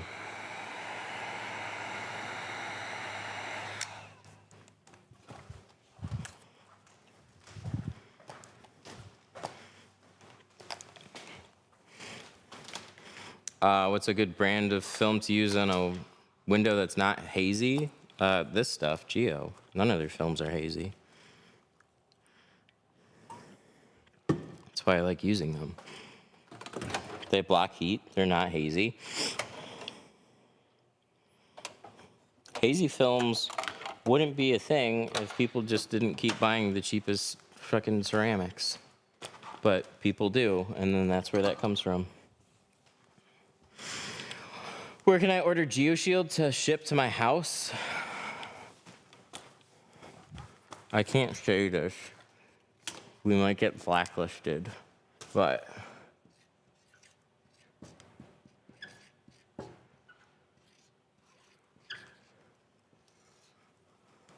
TikTok shop.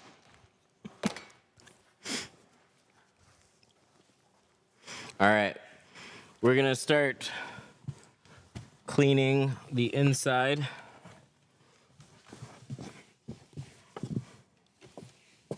So let's line this up. What did you use for the white outline? Glass Aid. Or Cut Guard. It's a thick pinstripe is basically what it is. It's 10 mils. It keeps your blades from scarring the window.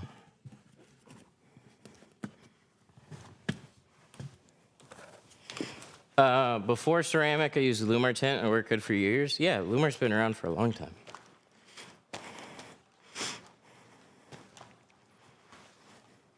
Lumar still has good films.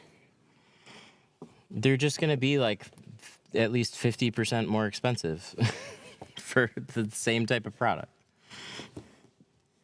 Good brand, good films. I don't know. Just really got to leverage. Like they have cool programs. I don't hear anything bad about their customer support. As far as like warranties go, they honor labor, which is not something a lot of companies do. But in order to do that, they got to charge a lot for their film.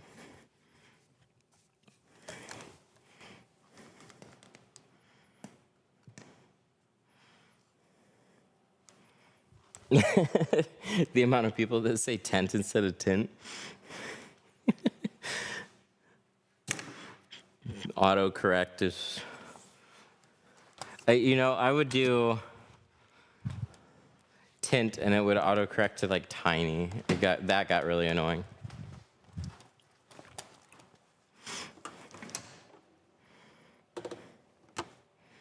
Okay, so what do we need? Couple things. These are my favorite 3. tail fin, side swipe bulldozer. Do we have that? It's around here somewhere, right? Did I put it in the drawer?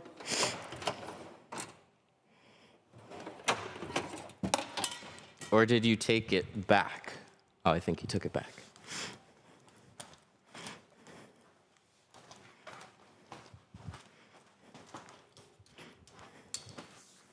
So we're gonna take these in the car.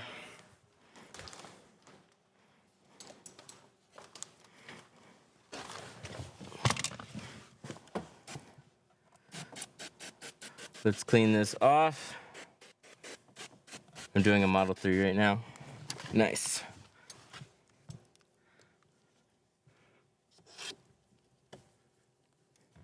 I'm doing like a BMW Model 3 right now.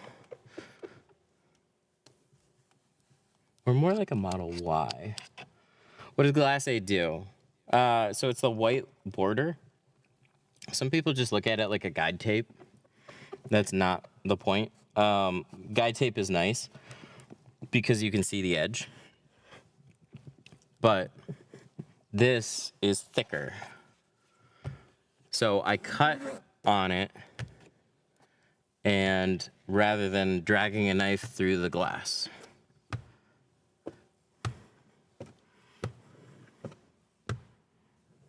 Because the last thing I want to do is put a nice sharp line around this entire windshield. And then whatever it is going to cost to replace that windshield is going to be far more than whatever I charge to tint it.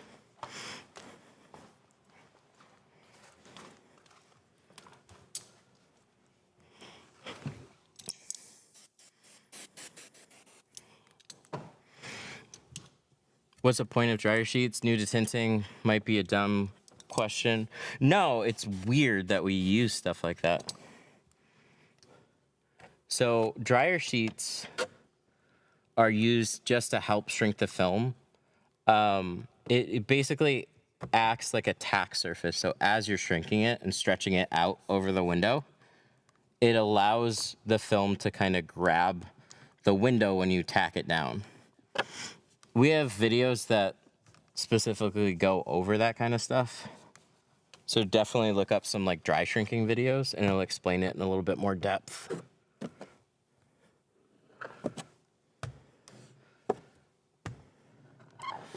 I wish steering wheels would go away when I'm tinting front windshields, because like, good God.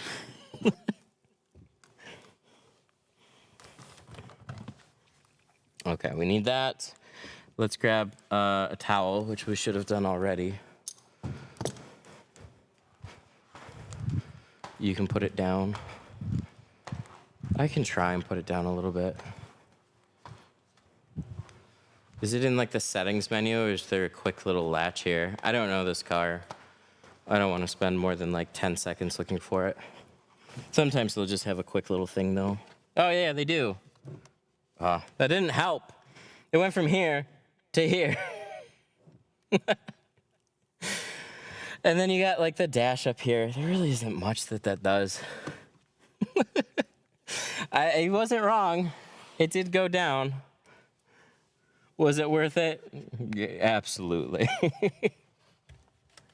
I wish that kind of stuff would just get more out of the way. Kind of like this. But, hey, I guess they got to drive it somehow.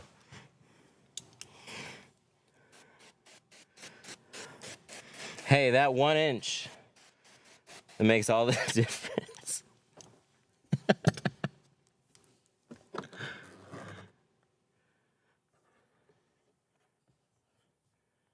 You would love to tint mine because you can remove my steering wheel. That would be awesome. I would be 10 out of 10 happy. It's nice to be able to remove mirrors though. This is an example of a mirror that I'm just not going to screw around with. It's, is getting this mirror out of my way worth whatever price of potentially breaking any part of it, including the little plastic housing? No. The answer is no. So we're not going to go there. I have to look up a video on that one. I haven't done that yet.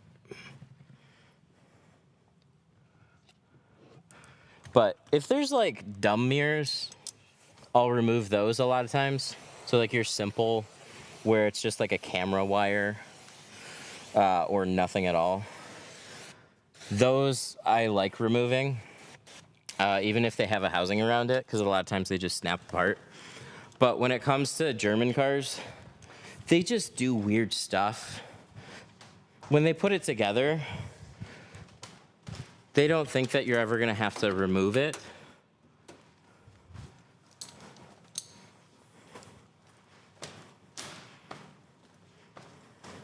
So we're just not gonna remove it.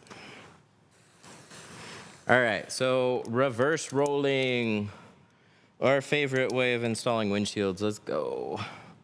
First, we're gonna wipe off the outside, clean the edges.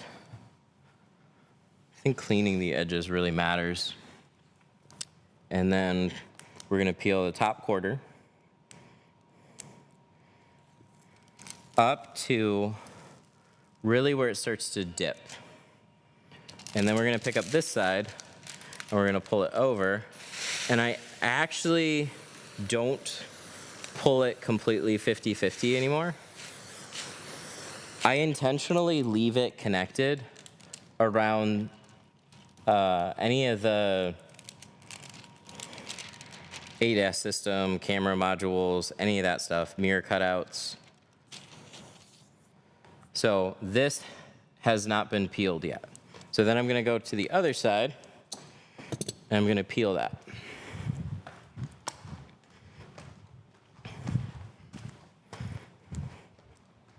So run over here, do the same thing.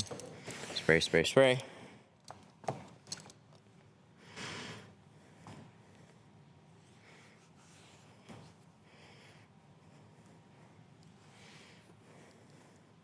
Just join where you're located. Detroit Tint Studio, Sterling Heights. And again, I'm gonna pull it to the same spot. Pull it here, and then I'm gonna match it up. So again, I'm not quite going all the way to the cutout, but I'm going near it. I'm gonna douse the rest of it down. Biggest reason why I still leave it connected is water likes to drip down, and so it can funnel here, and then you'll get some drip lines, like some dirt. You'll get some trash in it, and we don't want that. So it'll still separate fine as we're unrolling it on the inside.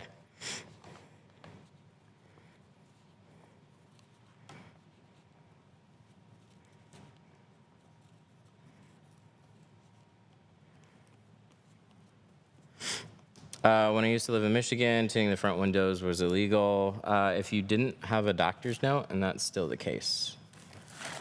It's just become a lot more common.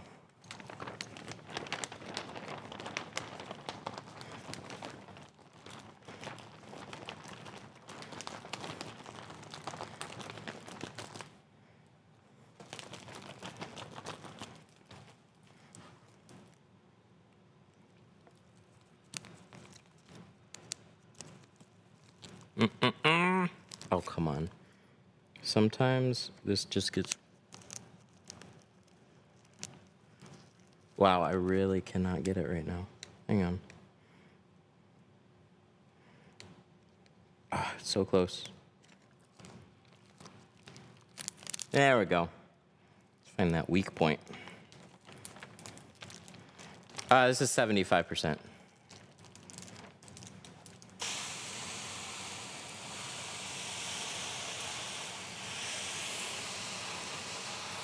So we're gonna rinse this down, and then we're gonna install it. Let's hop in here. I'll start on the passenger side still. If you're new to reverse rolling and you have a second set of hands, it is helpful to start on the driver's seat and not reach all the way over. But I'm gonna reach all the way over here. I wanna try and get the left side tacked up first. So So get some film on the glass, start unrolling it, and get that left side up on the window before you start unrolling too much of it. And then every little stretch of film that you unroll, you want to be there with your hand to support it and press it up against the window. So you're never letting this flop away very far at all as it's unrolling. That's where you suck trash back into your window. Reverse rolling should not be super stressful. You can take your time with it. It's like one of the few things that you can actually take a little bit of time, because it's more about just getting film placed clean, more so than trying to make sure our film doesn't just tack up. So we'll scoot that mirror, kind of go up around it. That's unfortunately where mirrors get in the way. So that's why I like removing them if I can, mirrors and housings. Because you're kind of like curving the tint around it.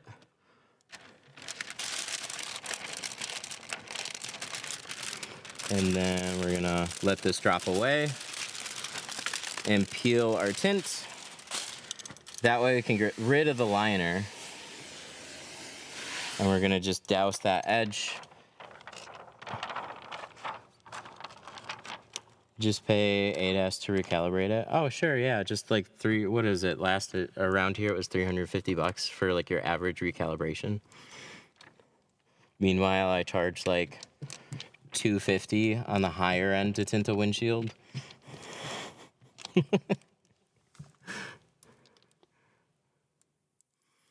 Sure, that works. That's math.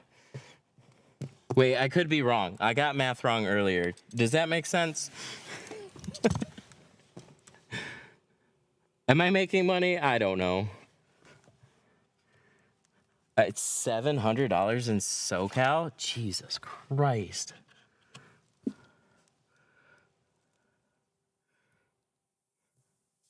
That's crazy. Holy shit.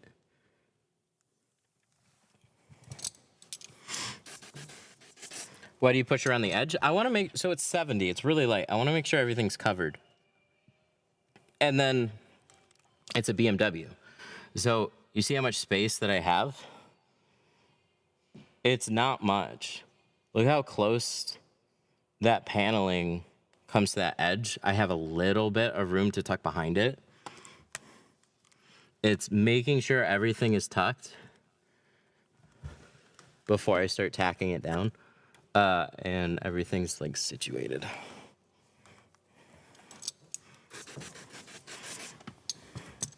What percentage is good for a lighter tint? On the doors, 35 I'd consider a lighter tint. Still dark enough to tell that it's tinted. But 20 is going to be a little bit dark. A little dark to be considered a light tint. It's kind of like a medium shade. We're like 50 and 40 are kind of like your real light shades.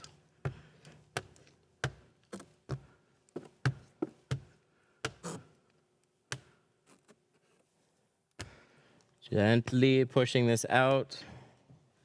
Why are you putting it on the windshield? Because they do not like the sun. Actually, that's not true. They like seeing it. But they want to block out the heat. So light ceramic films are a way of blocking out a bunch of heat without looking like you've tinted your windshield. I mean, you can still do it in dark films, but... What percentage of people regret not getting darker versus... Oh, I have no idea. But usually people, like, they're looking forward to a tint appointment. And they'll start looking up comments and whatnot and psych themselves out of a darker film.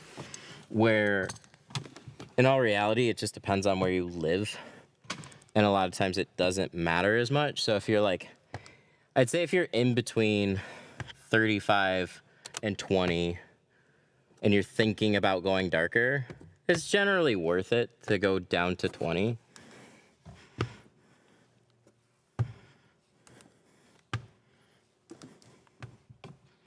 But if you're on the fence between like 20 and 5, less. That's a big jump.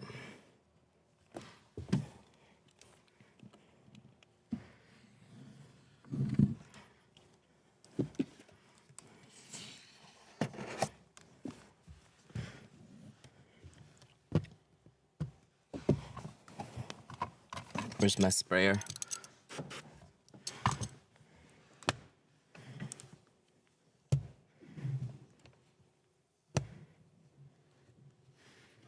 Yeah, nighttime driving is kind of always a big question, but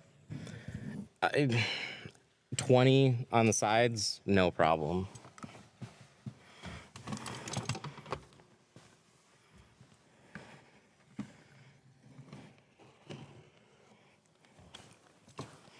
RAV4 fully legal tinted. Do you have a doctor's note or do you not have a doctor's note? Because if you have a doctor's note, we can tint everything legally. If not, then we can still tint the windshield and the front doors. It's just you're going with a 4-inch strip.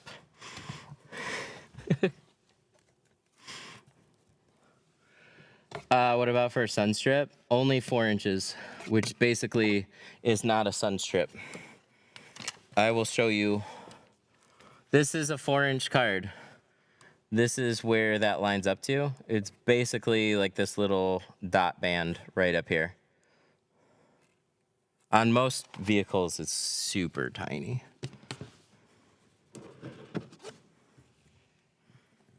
Oh, I need a little bit more pressure. We're gonna take this. I just gotta be careful. There we go. See, this is why I like this tool right here. Right like that.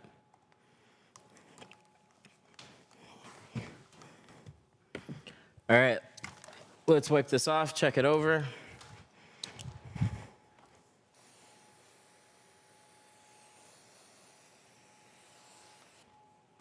What percent is a sun strip usually? 5.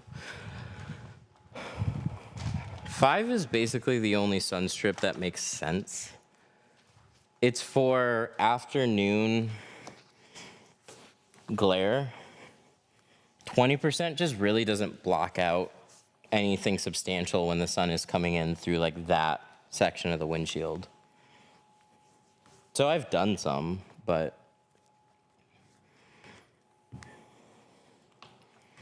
why would you go to 20% on windshield that's too dark at night? Definitely hitting some vehicles or a person. Yeah, it's definitely very sketchy.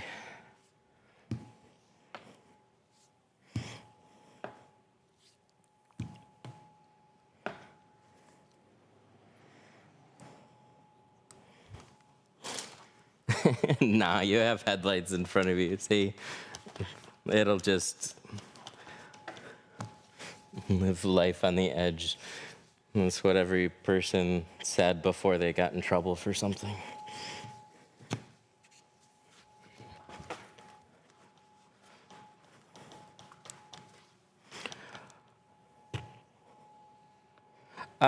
If you're using baby shampoo, how much do you put in a bottle? 1 ounce per gallon is kind of like a good baseline for most soaps, but it entirely depends on your film. So it's really easy to figure out. Add soap, and if the film slides, you have enough soap. If it continues to slide after you squeegee it, you might have a little too much soap. And then if it continues to slide for a long time after you squeegee it, then you definitely have too much soap. So the balance for soap is more about efficiency. You just want it to slide enough, so then when you hit it with a squeegee, it starts to tack up. Every window is going to be a little bit different. but largely that's what you're looking for. You can typically use too much, but if you use too little, your film's gonna just tack up way too fast. So then you're gonna struggle to even get it installed before it's grabbing the window. All right, I'm gonna go over harder with a squeegee, and then we'll clean off the inside here.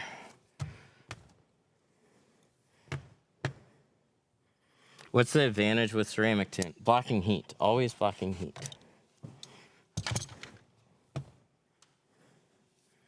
People talk too much about it though. Like, tint is only so cool. Most people, the vast majority of people that get ceramic, they love it.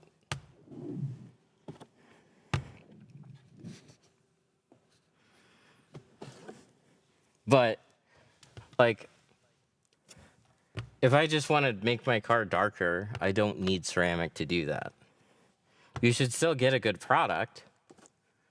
Something that's gonna last, something that's gonna look good. But it doesn't have to be ceramic.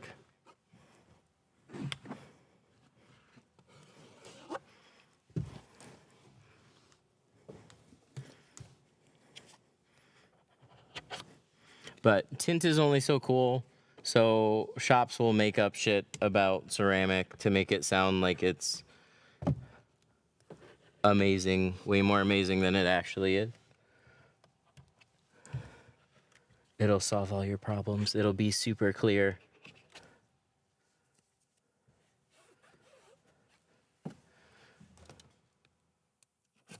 Got it. All right, cool.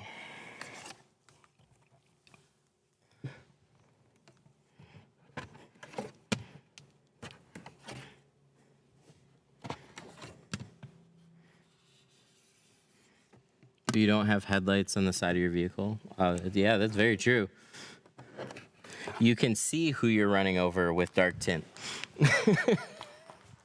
But you can't see them walking into the situation when you have dark tint is kind of the point. Yep. Yep, that's 100% true. Why don't you like tint decks? I just went into all that earlier. I'm not going into that again today. I don't hate them. I think their Pure Max is a good value.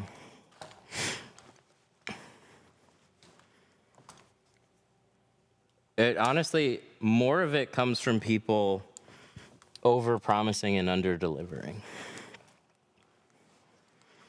It's like, what film should I get? And they'll literally just say, get this film, and they won't go into any detail about it.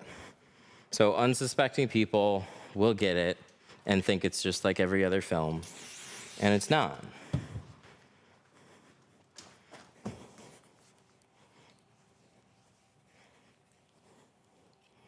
There's other films like it, but that one in particular gets like over pushed.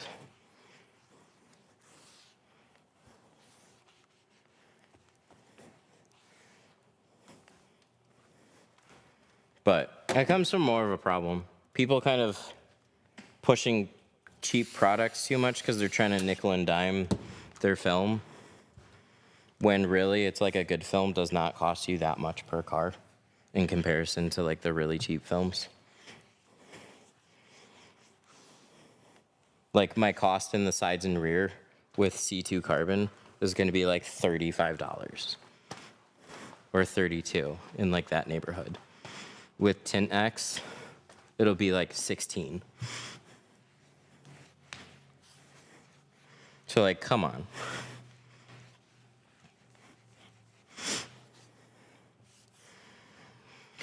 Would I be okay using Pure Max Carbon from Lexan? It depends on what your goals are. Just save the most money possible on a window film. Yeah, there's people that use it.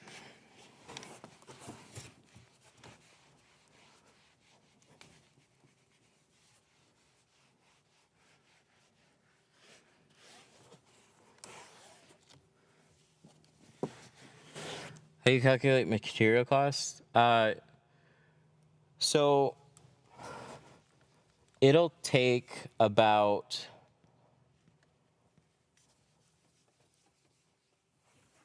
let's see, 36-inch roll.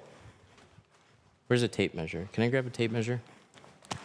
I can get both front doors out of a 36-inch roll. So here, it's really simple. It's literally just basic math, which I don't know. So what is this? Let's say this was 2.5 feet is really what this is. Maybe 3 feet, 3 feet would be too much. It's really like 2.5 feet. 2.5 feet for the front doors. 2.5 feet, really, a little less than that, but 2.5 feet for the back doors. So that's 5 feet worth of film. And then for the back window, I'm at like another 3.5 feet. So like I'm under 10 feet on a 36-inch roll for this car, for just all the sides and the rear. Then you take your overall roll cost and then just divide it by that. So if I'm only using 8 to 10 feet per car and a roll of film is 100 feet long or 50 feet long, but this is a 36-inch roll. So let's say standard sizes are 100-foot rolls. So that's kind of generally how I do it. And let's say a roll of carbon costs me $260. Then just take 8 or 9 cars, divide it by that, or the bigger number divided by cars, and then there you go. That's how much cost per car. Calculate that with a few other rolls, and you'll see that material cost is not, it's a factor, but it's not a massive factor, depending on the film that you use. And most of them kind of stay within a certain range.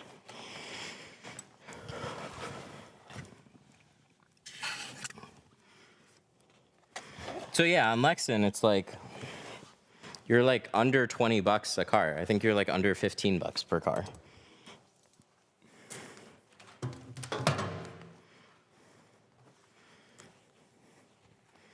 So I just, like when it comes to that, it's like, oh, double the film cost. It's not even double. But then you go from like, let's say $15 to $30 a car. It's like, what are you charging? Your film is not the most thing. It's your time and everything else that's around it. So like film still has good margins.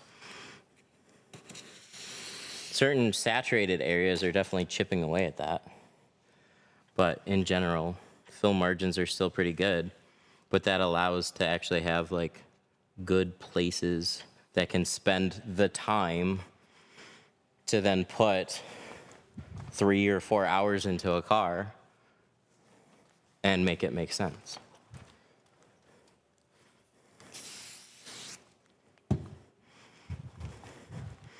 I used American Standard, but stopped liking it. I used it before, and I definitely hate that film now. That was one of the worst films I ever used. Do you clay bar the windows before you start? Sometimes I do.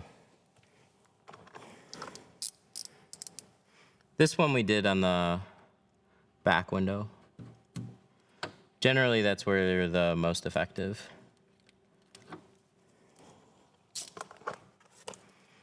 All right. Did you start as a mobile business? No, I learned how to tint in a shop and then eventually started my own. I like doing videos and stuff more. I wasn't looking to start a tint business. Because like if I can have a shop, schedule will work, and then all I have to do is literally like do 1 car a day and film a video with it. That's a pretty good setup.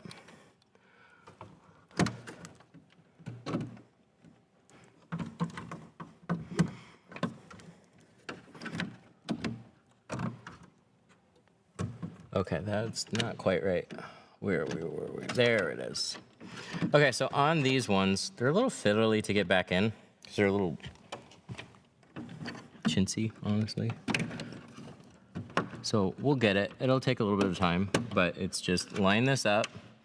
This clip, just gotta get that back in there. This one's in. There we go. And then click, brake lights back in. So for all your BMWs, they have these little hooks here on the side. They're these little clips. Audis will pull forward. BMWs have these little clips, so they'll look identical, but the clips go out on those. Audis, they always slide forward. But yeah, so when we talked about the brake light earlier, see there's this rubber edge that like presses right against the window. It's not that easy to like try and tuck the film in here without getting dirt or getting little crinkles in the film. I've seen people's work that go around that, and it generally looks like shit. So if they do a brake light cutout, they could just be doing it for state regulations, that's fine. I think it looks cleaner if you just go around it. I mean, go over it. But that's how that comes apart or goes back together. And then we're just gonna clip it back. Ta-da! And that's all settled.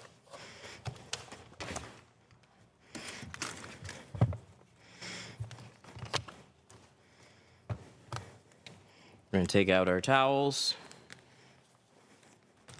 Is this your shop? It is.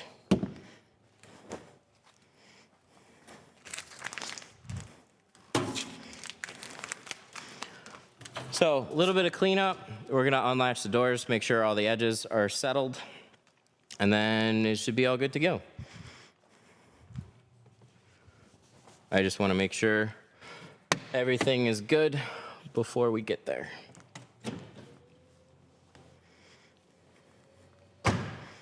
Nice, that still works.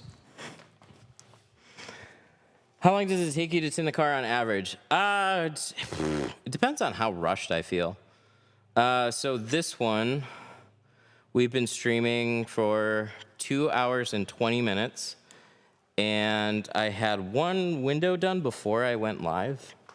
So roughly like 2 hours and 35 minutes, something like that. Was that right? Is that 2 hours?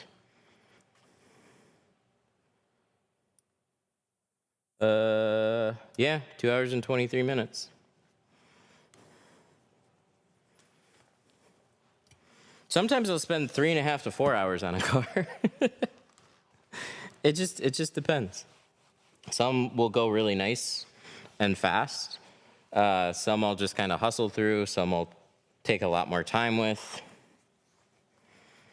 What car is taking you the longest? Oh, I'll spend all day on older stuff. I just did this wasn't even old. I just did I'll pull up pictures of it. I did an electrical company's utility truck, and it took a good part of the day. No, that's family, hang on. This one.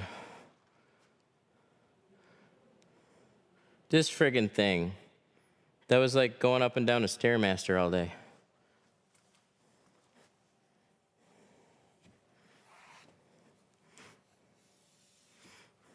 Generally, old stuff takes a long time, and just your difficult cars, like your like Corvettes and whatnot, like Corvettes, VWs. I'll spend far longer on like a VW Passat than I will on this. All right, window goes down. Then we're gonna close it. Window closed, nice, good. So these are frameless, they go up and down. They're still wet, but I just wanna make sure that these bottom edges are dried enough so that when they open it a handful of times, everything's all settled. And then I gotta double check this top edge, or the side corner. Was the easiest way to remove bubble tint? There is no easy way. Steamer. Steamer is going to be the easiest though.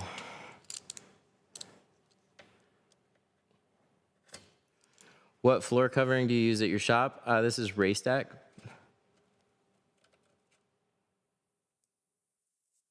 This is their free flow system. This was on my bucket list for like a long time. I'm a big fan. It's not gonna be everybody's favorite solution, so it's not magic. The water will sit underneath, and if you... Ooh, that reminds me. Why do some people file the edge of the tint? Files are a little easier than a blade.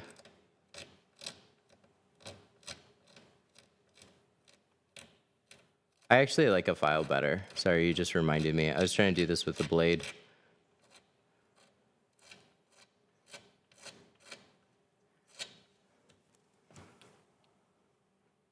Just a little bit.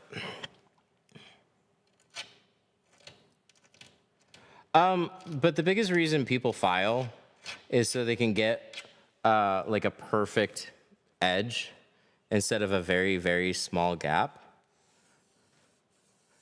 Honestly, I don't think it matters. You can get, like, look at freaking how nice this is.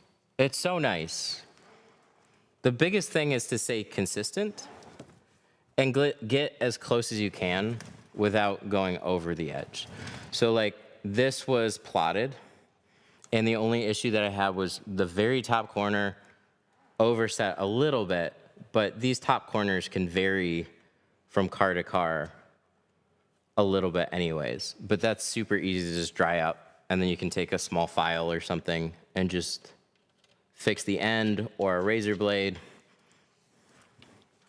And then once that's all settled, let's make sure that this is, the way you're doing it looks clean enough without filing it. That's what I'm saying. I've had people watch the channel, then come here and get their car tinted, and that became a topic while we were on stream. And it's just been like, they weren't even sure what people in chat were talking about. But especially while you're on the outside of the car here, it's like you don't see anything. You got that rounded edge. It's like when you're in the car staring up at the top edge, how close does it get to the top? That's where you can get into some like nitpicky differences that most people just aren't gonna notice. So we just try and make it look flush and as clean as possible. Because the other way around is just like, you'll waste a bunch of time and material trying to do it. I'm not saying it's not worth doing at all. If you're good at it, like, keep doing it. I just kind of suck at it. And I've tried, and largely what'll happen is I will get close in some situations, and then I'll mess up a window or two, and then I gotta start that window over, dry it all out. And I'd rather not do all that. I need something that's a little bit more consistent.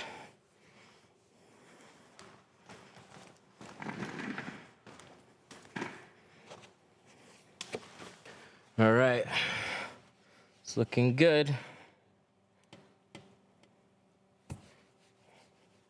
Very good.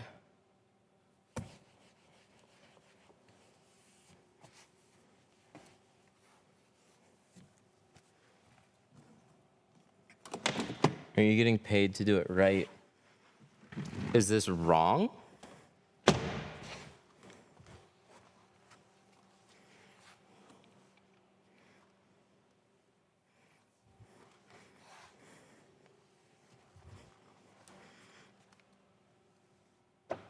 That might be dealer sticker. I wonder if that's what that is.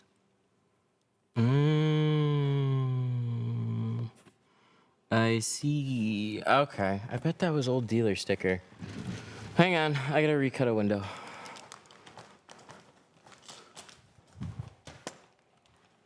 I thought that was water.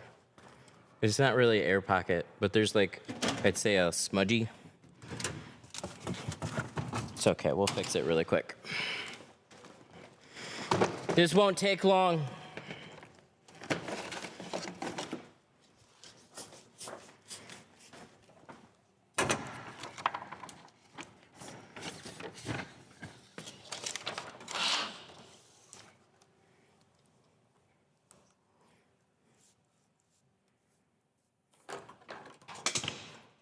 Yeah, see that to me matters. Obviously. Like that kind of stuff. If there's like obvious imperfections with it. That was subtle, but I don't know if it's gonna. I think it's like a little residue from some adhesive. So it's probably from like a dealer sticker or something, and I just didn't catch it when I cleaned it. So you can kind of see it. Like you can really see it now that it's kind of dried out. It's like right in here. There's like a little bit of like schmoo, but it's really faint. So you can't really see it on the outside, but I'm pretty sure when this dries out, you're gonna see a couple of schmoo smears, and we don't like that. Especially because it's fresh. So, might as well. Yeah, these things. You see these little schmoo smears is the technical term for sure.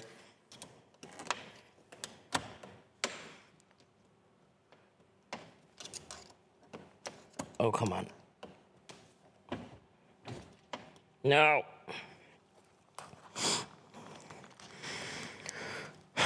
That'll cure out eventually? I don't know.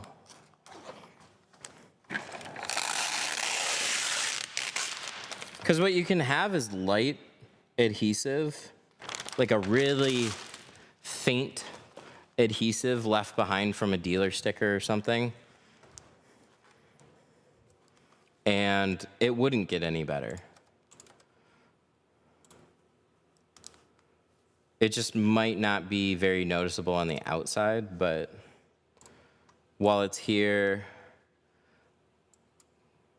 we might as well make sure this is done properly. So let's copy this window. We'll do 2 of these because we can. Oh wait, no, we got a 24 inch. What am I doing? Haha. 24, 1 window, and cut.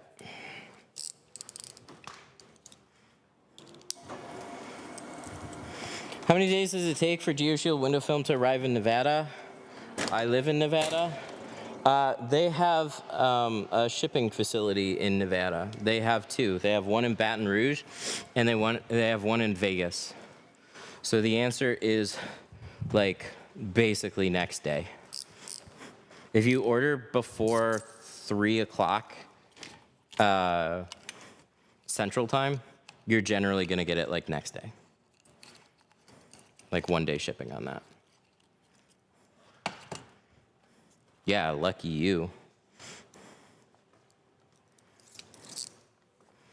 They get out film like a bad habit. I don't know. They get out film really fast. So they don't sit on orders long at all. Do you know Traveling Tinter? Yeah, from Stream.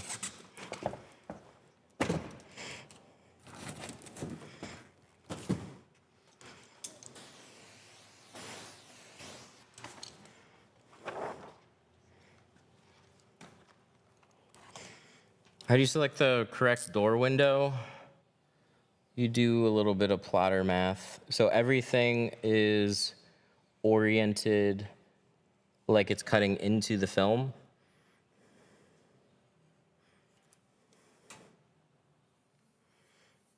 It'd be nice if it just said drivers versus passenger.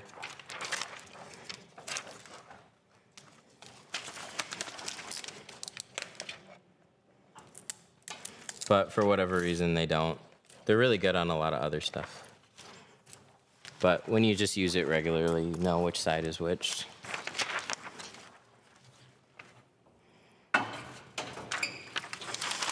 What's the best ceramic tint that blocks the heat? This, we're using it right now. It's called Apex. 2 layers of ceramic in 1 film. Do you ever get bored tinting film? I get bored doing anything.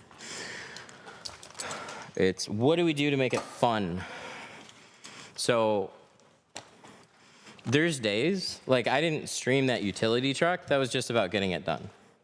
I had a hearse that I did on stream. Generally, cars that are pain in the butt, I do off stream because it's more about just getting them done. And then there's those days where I'm just not going to stream.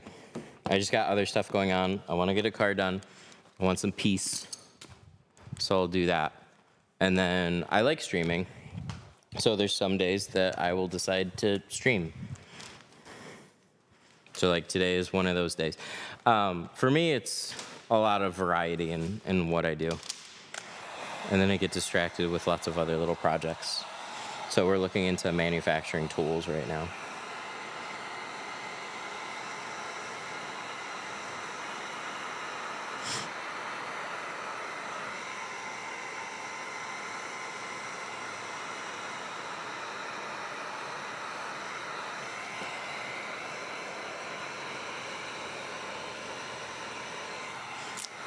How do you keep dust to a minimum?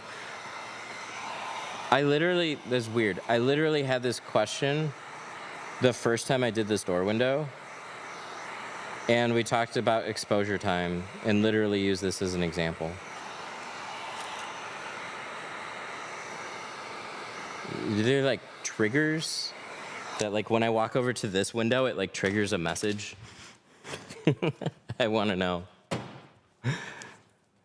Have any tips for mobile tints? Partner up with shops, with like auto companies rather than running around from house to house. There's too many variables when you're like purely mobile. But you can go tint for an auto accessories company or a glass shop and they'll load you up with work and you stay in one place and make more money. When you're purely mobile, you have so many problems to try and solve for. It gets ridiculous. So you're thinking about buying equipment to manufacture or make squeegees or whatever? Yes.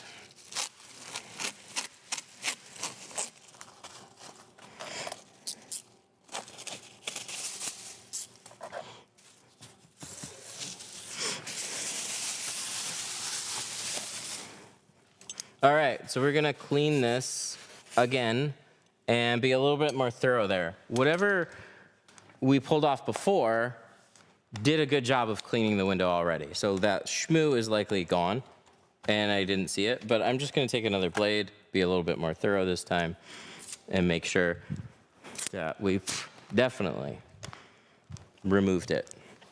And then we're gonna get it retinted.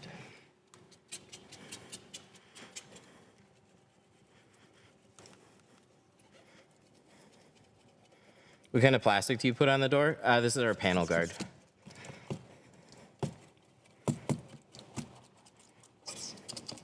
The majority of the stuff I use is over on our site and TikTok shop. Is a true spray system worth the investment? Or backpack? For the backpacks, I don't know. It's a very different thing. If you want to be like super mobile with your water, I did mobile tinting with a keg. But again, this was at shops. I wasn't lugging it from house to house. So I would take my keg with me to like an auto glass shop and then fill it up. And then I would have a nonstop water supply for the entire day. The backpack, you have less water, but it's nice because you're carrying it around with you, so you don't have hoses or a spray bottle that you have to keep filling up. But you do have to fill that up a couple times.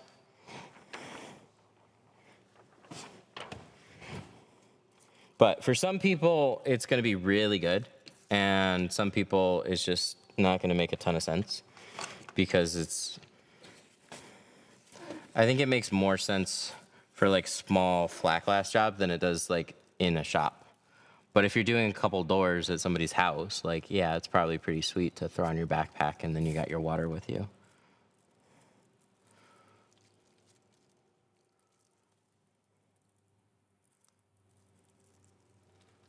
Da, da, da, da.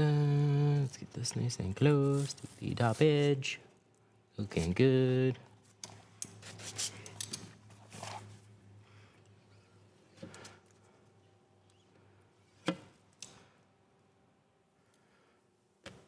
Do you have any tool or mold ideas that need to be run? I have a CNC place near you. Oh, really? That's interesting.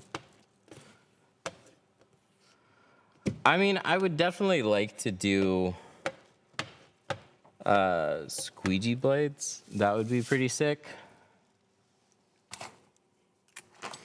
That's the only thing that right now that I can think of that would actually need like an actual mold. Because molds are expensive.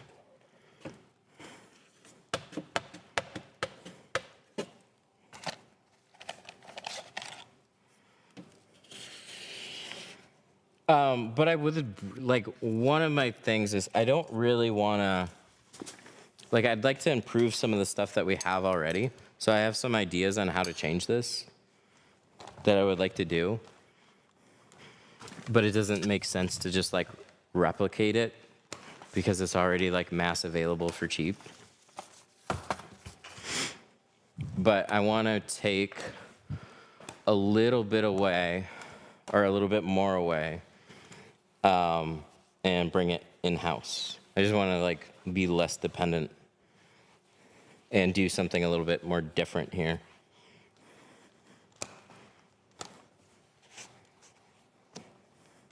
Or I guess be a little more independent.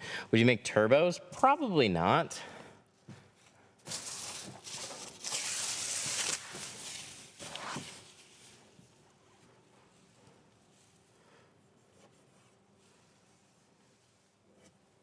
I mean, maybe. Squeegee blades are just kind of a staple. And hybrid's like one of my favorite ones. I would really like to get a hybrid type material in just a cropped version.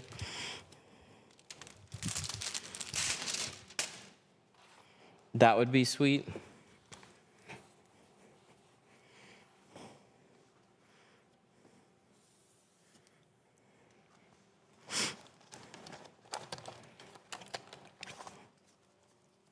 A friend of mine does plastic injection molding in Lapeer. That's cool.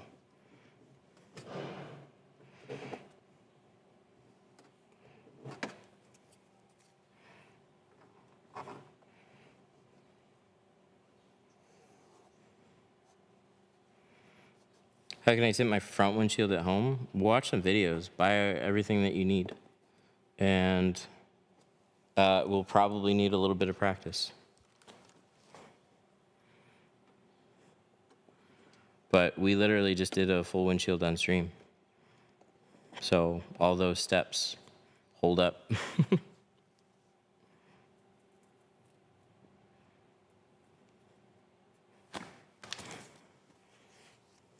That looks good.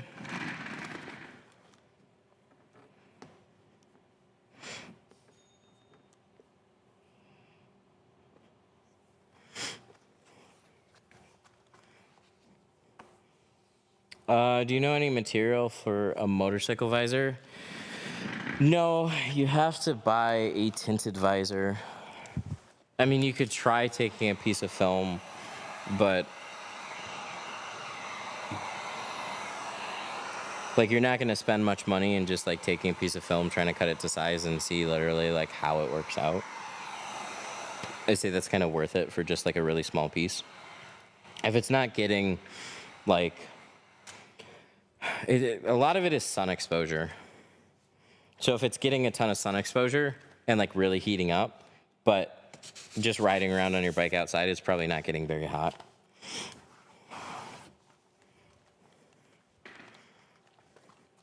It affects the vision. I could see that. Neat. They don't make anything but light tint or clear for my helmet. Then probably get another helmet.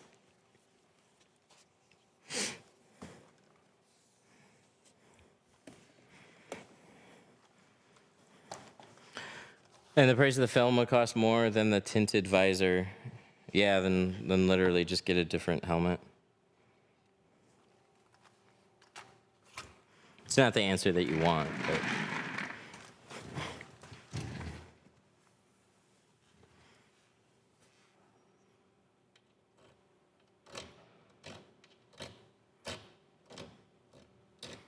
Is carbon okay to practice? Just not cheap carbon. I would get a different film.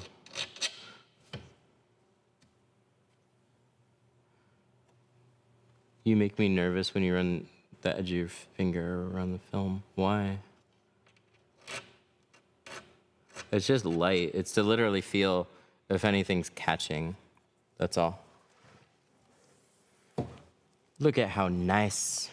Look at how pretty. Oh, paper cut?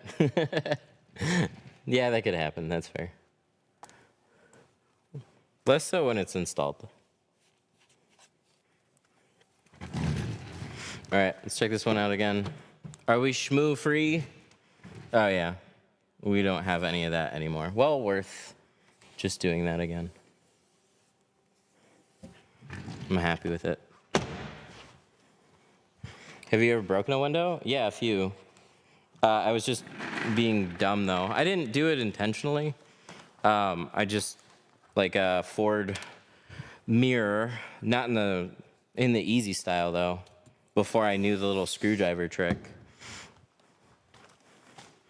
You used to, or on some of them, they would say you just take your hand and just pry it off the tab. Well, if it's an aftermarket piece of glass, what you can do is that much pressure will literally tear a chunk out of the glass. And that's exactly what happened. So I did that on two different times. And then there was a back window. It had an antenna on the rear. And I was just impatient. So I tried prying it off with a flathead screwdriver. But I just put too much pressure. And it went pop.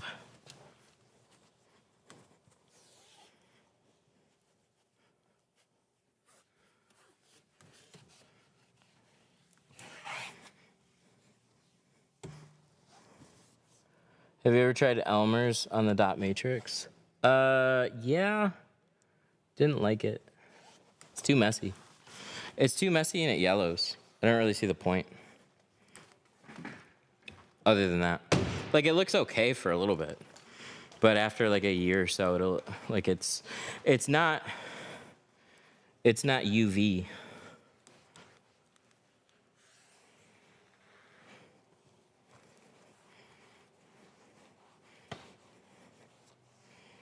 Like UV proof, so it'll get sun faded.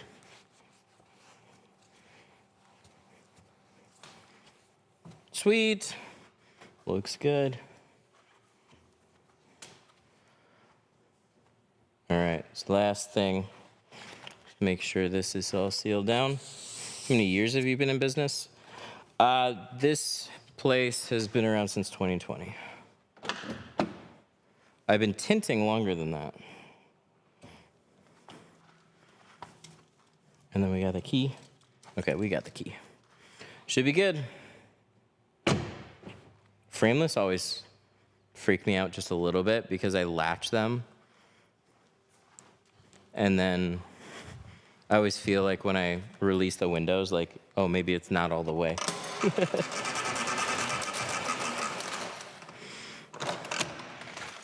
had a couple occasions where I've forgotten on framed doors from somebody else latching them.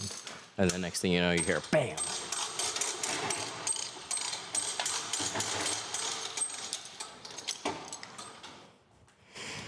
How much experience? I've been doing this for 16 years now, which feels a little crazy to say. How do you get started? Literally get some film, get some tools, watch videos, and practice on your own car. Trial and error. Figure out the easiest way to get in and start with that. But watch a lot of videos first. Order some film and tools, watch some videos while you're waiting for it. Best thing to do is just get your hands dirty with it. Yay, this thing looks sweet. So we did, again, 20 on all the sides and the rear. And then we did 70 on the windshield. How many cars did you do before you charged people? I had a different way into tinting. I started at a shop, and so I had training literally on the job.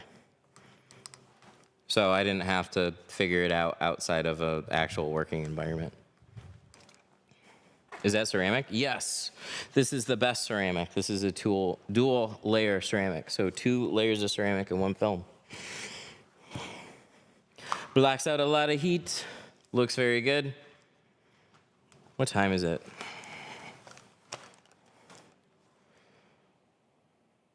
Two o'clock? Yeah, sounds about right. Alrighty. So that was fun. Hope you guys enjoyed. I gotta sign off here. Thank you very much for watching. Probably be back on Monday. Bye.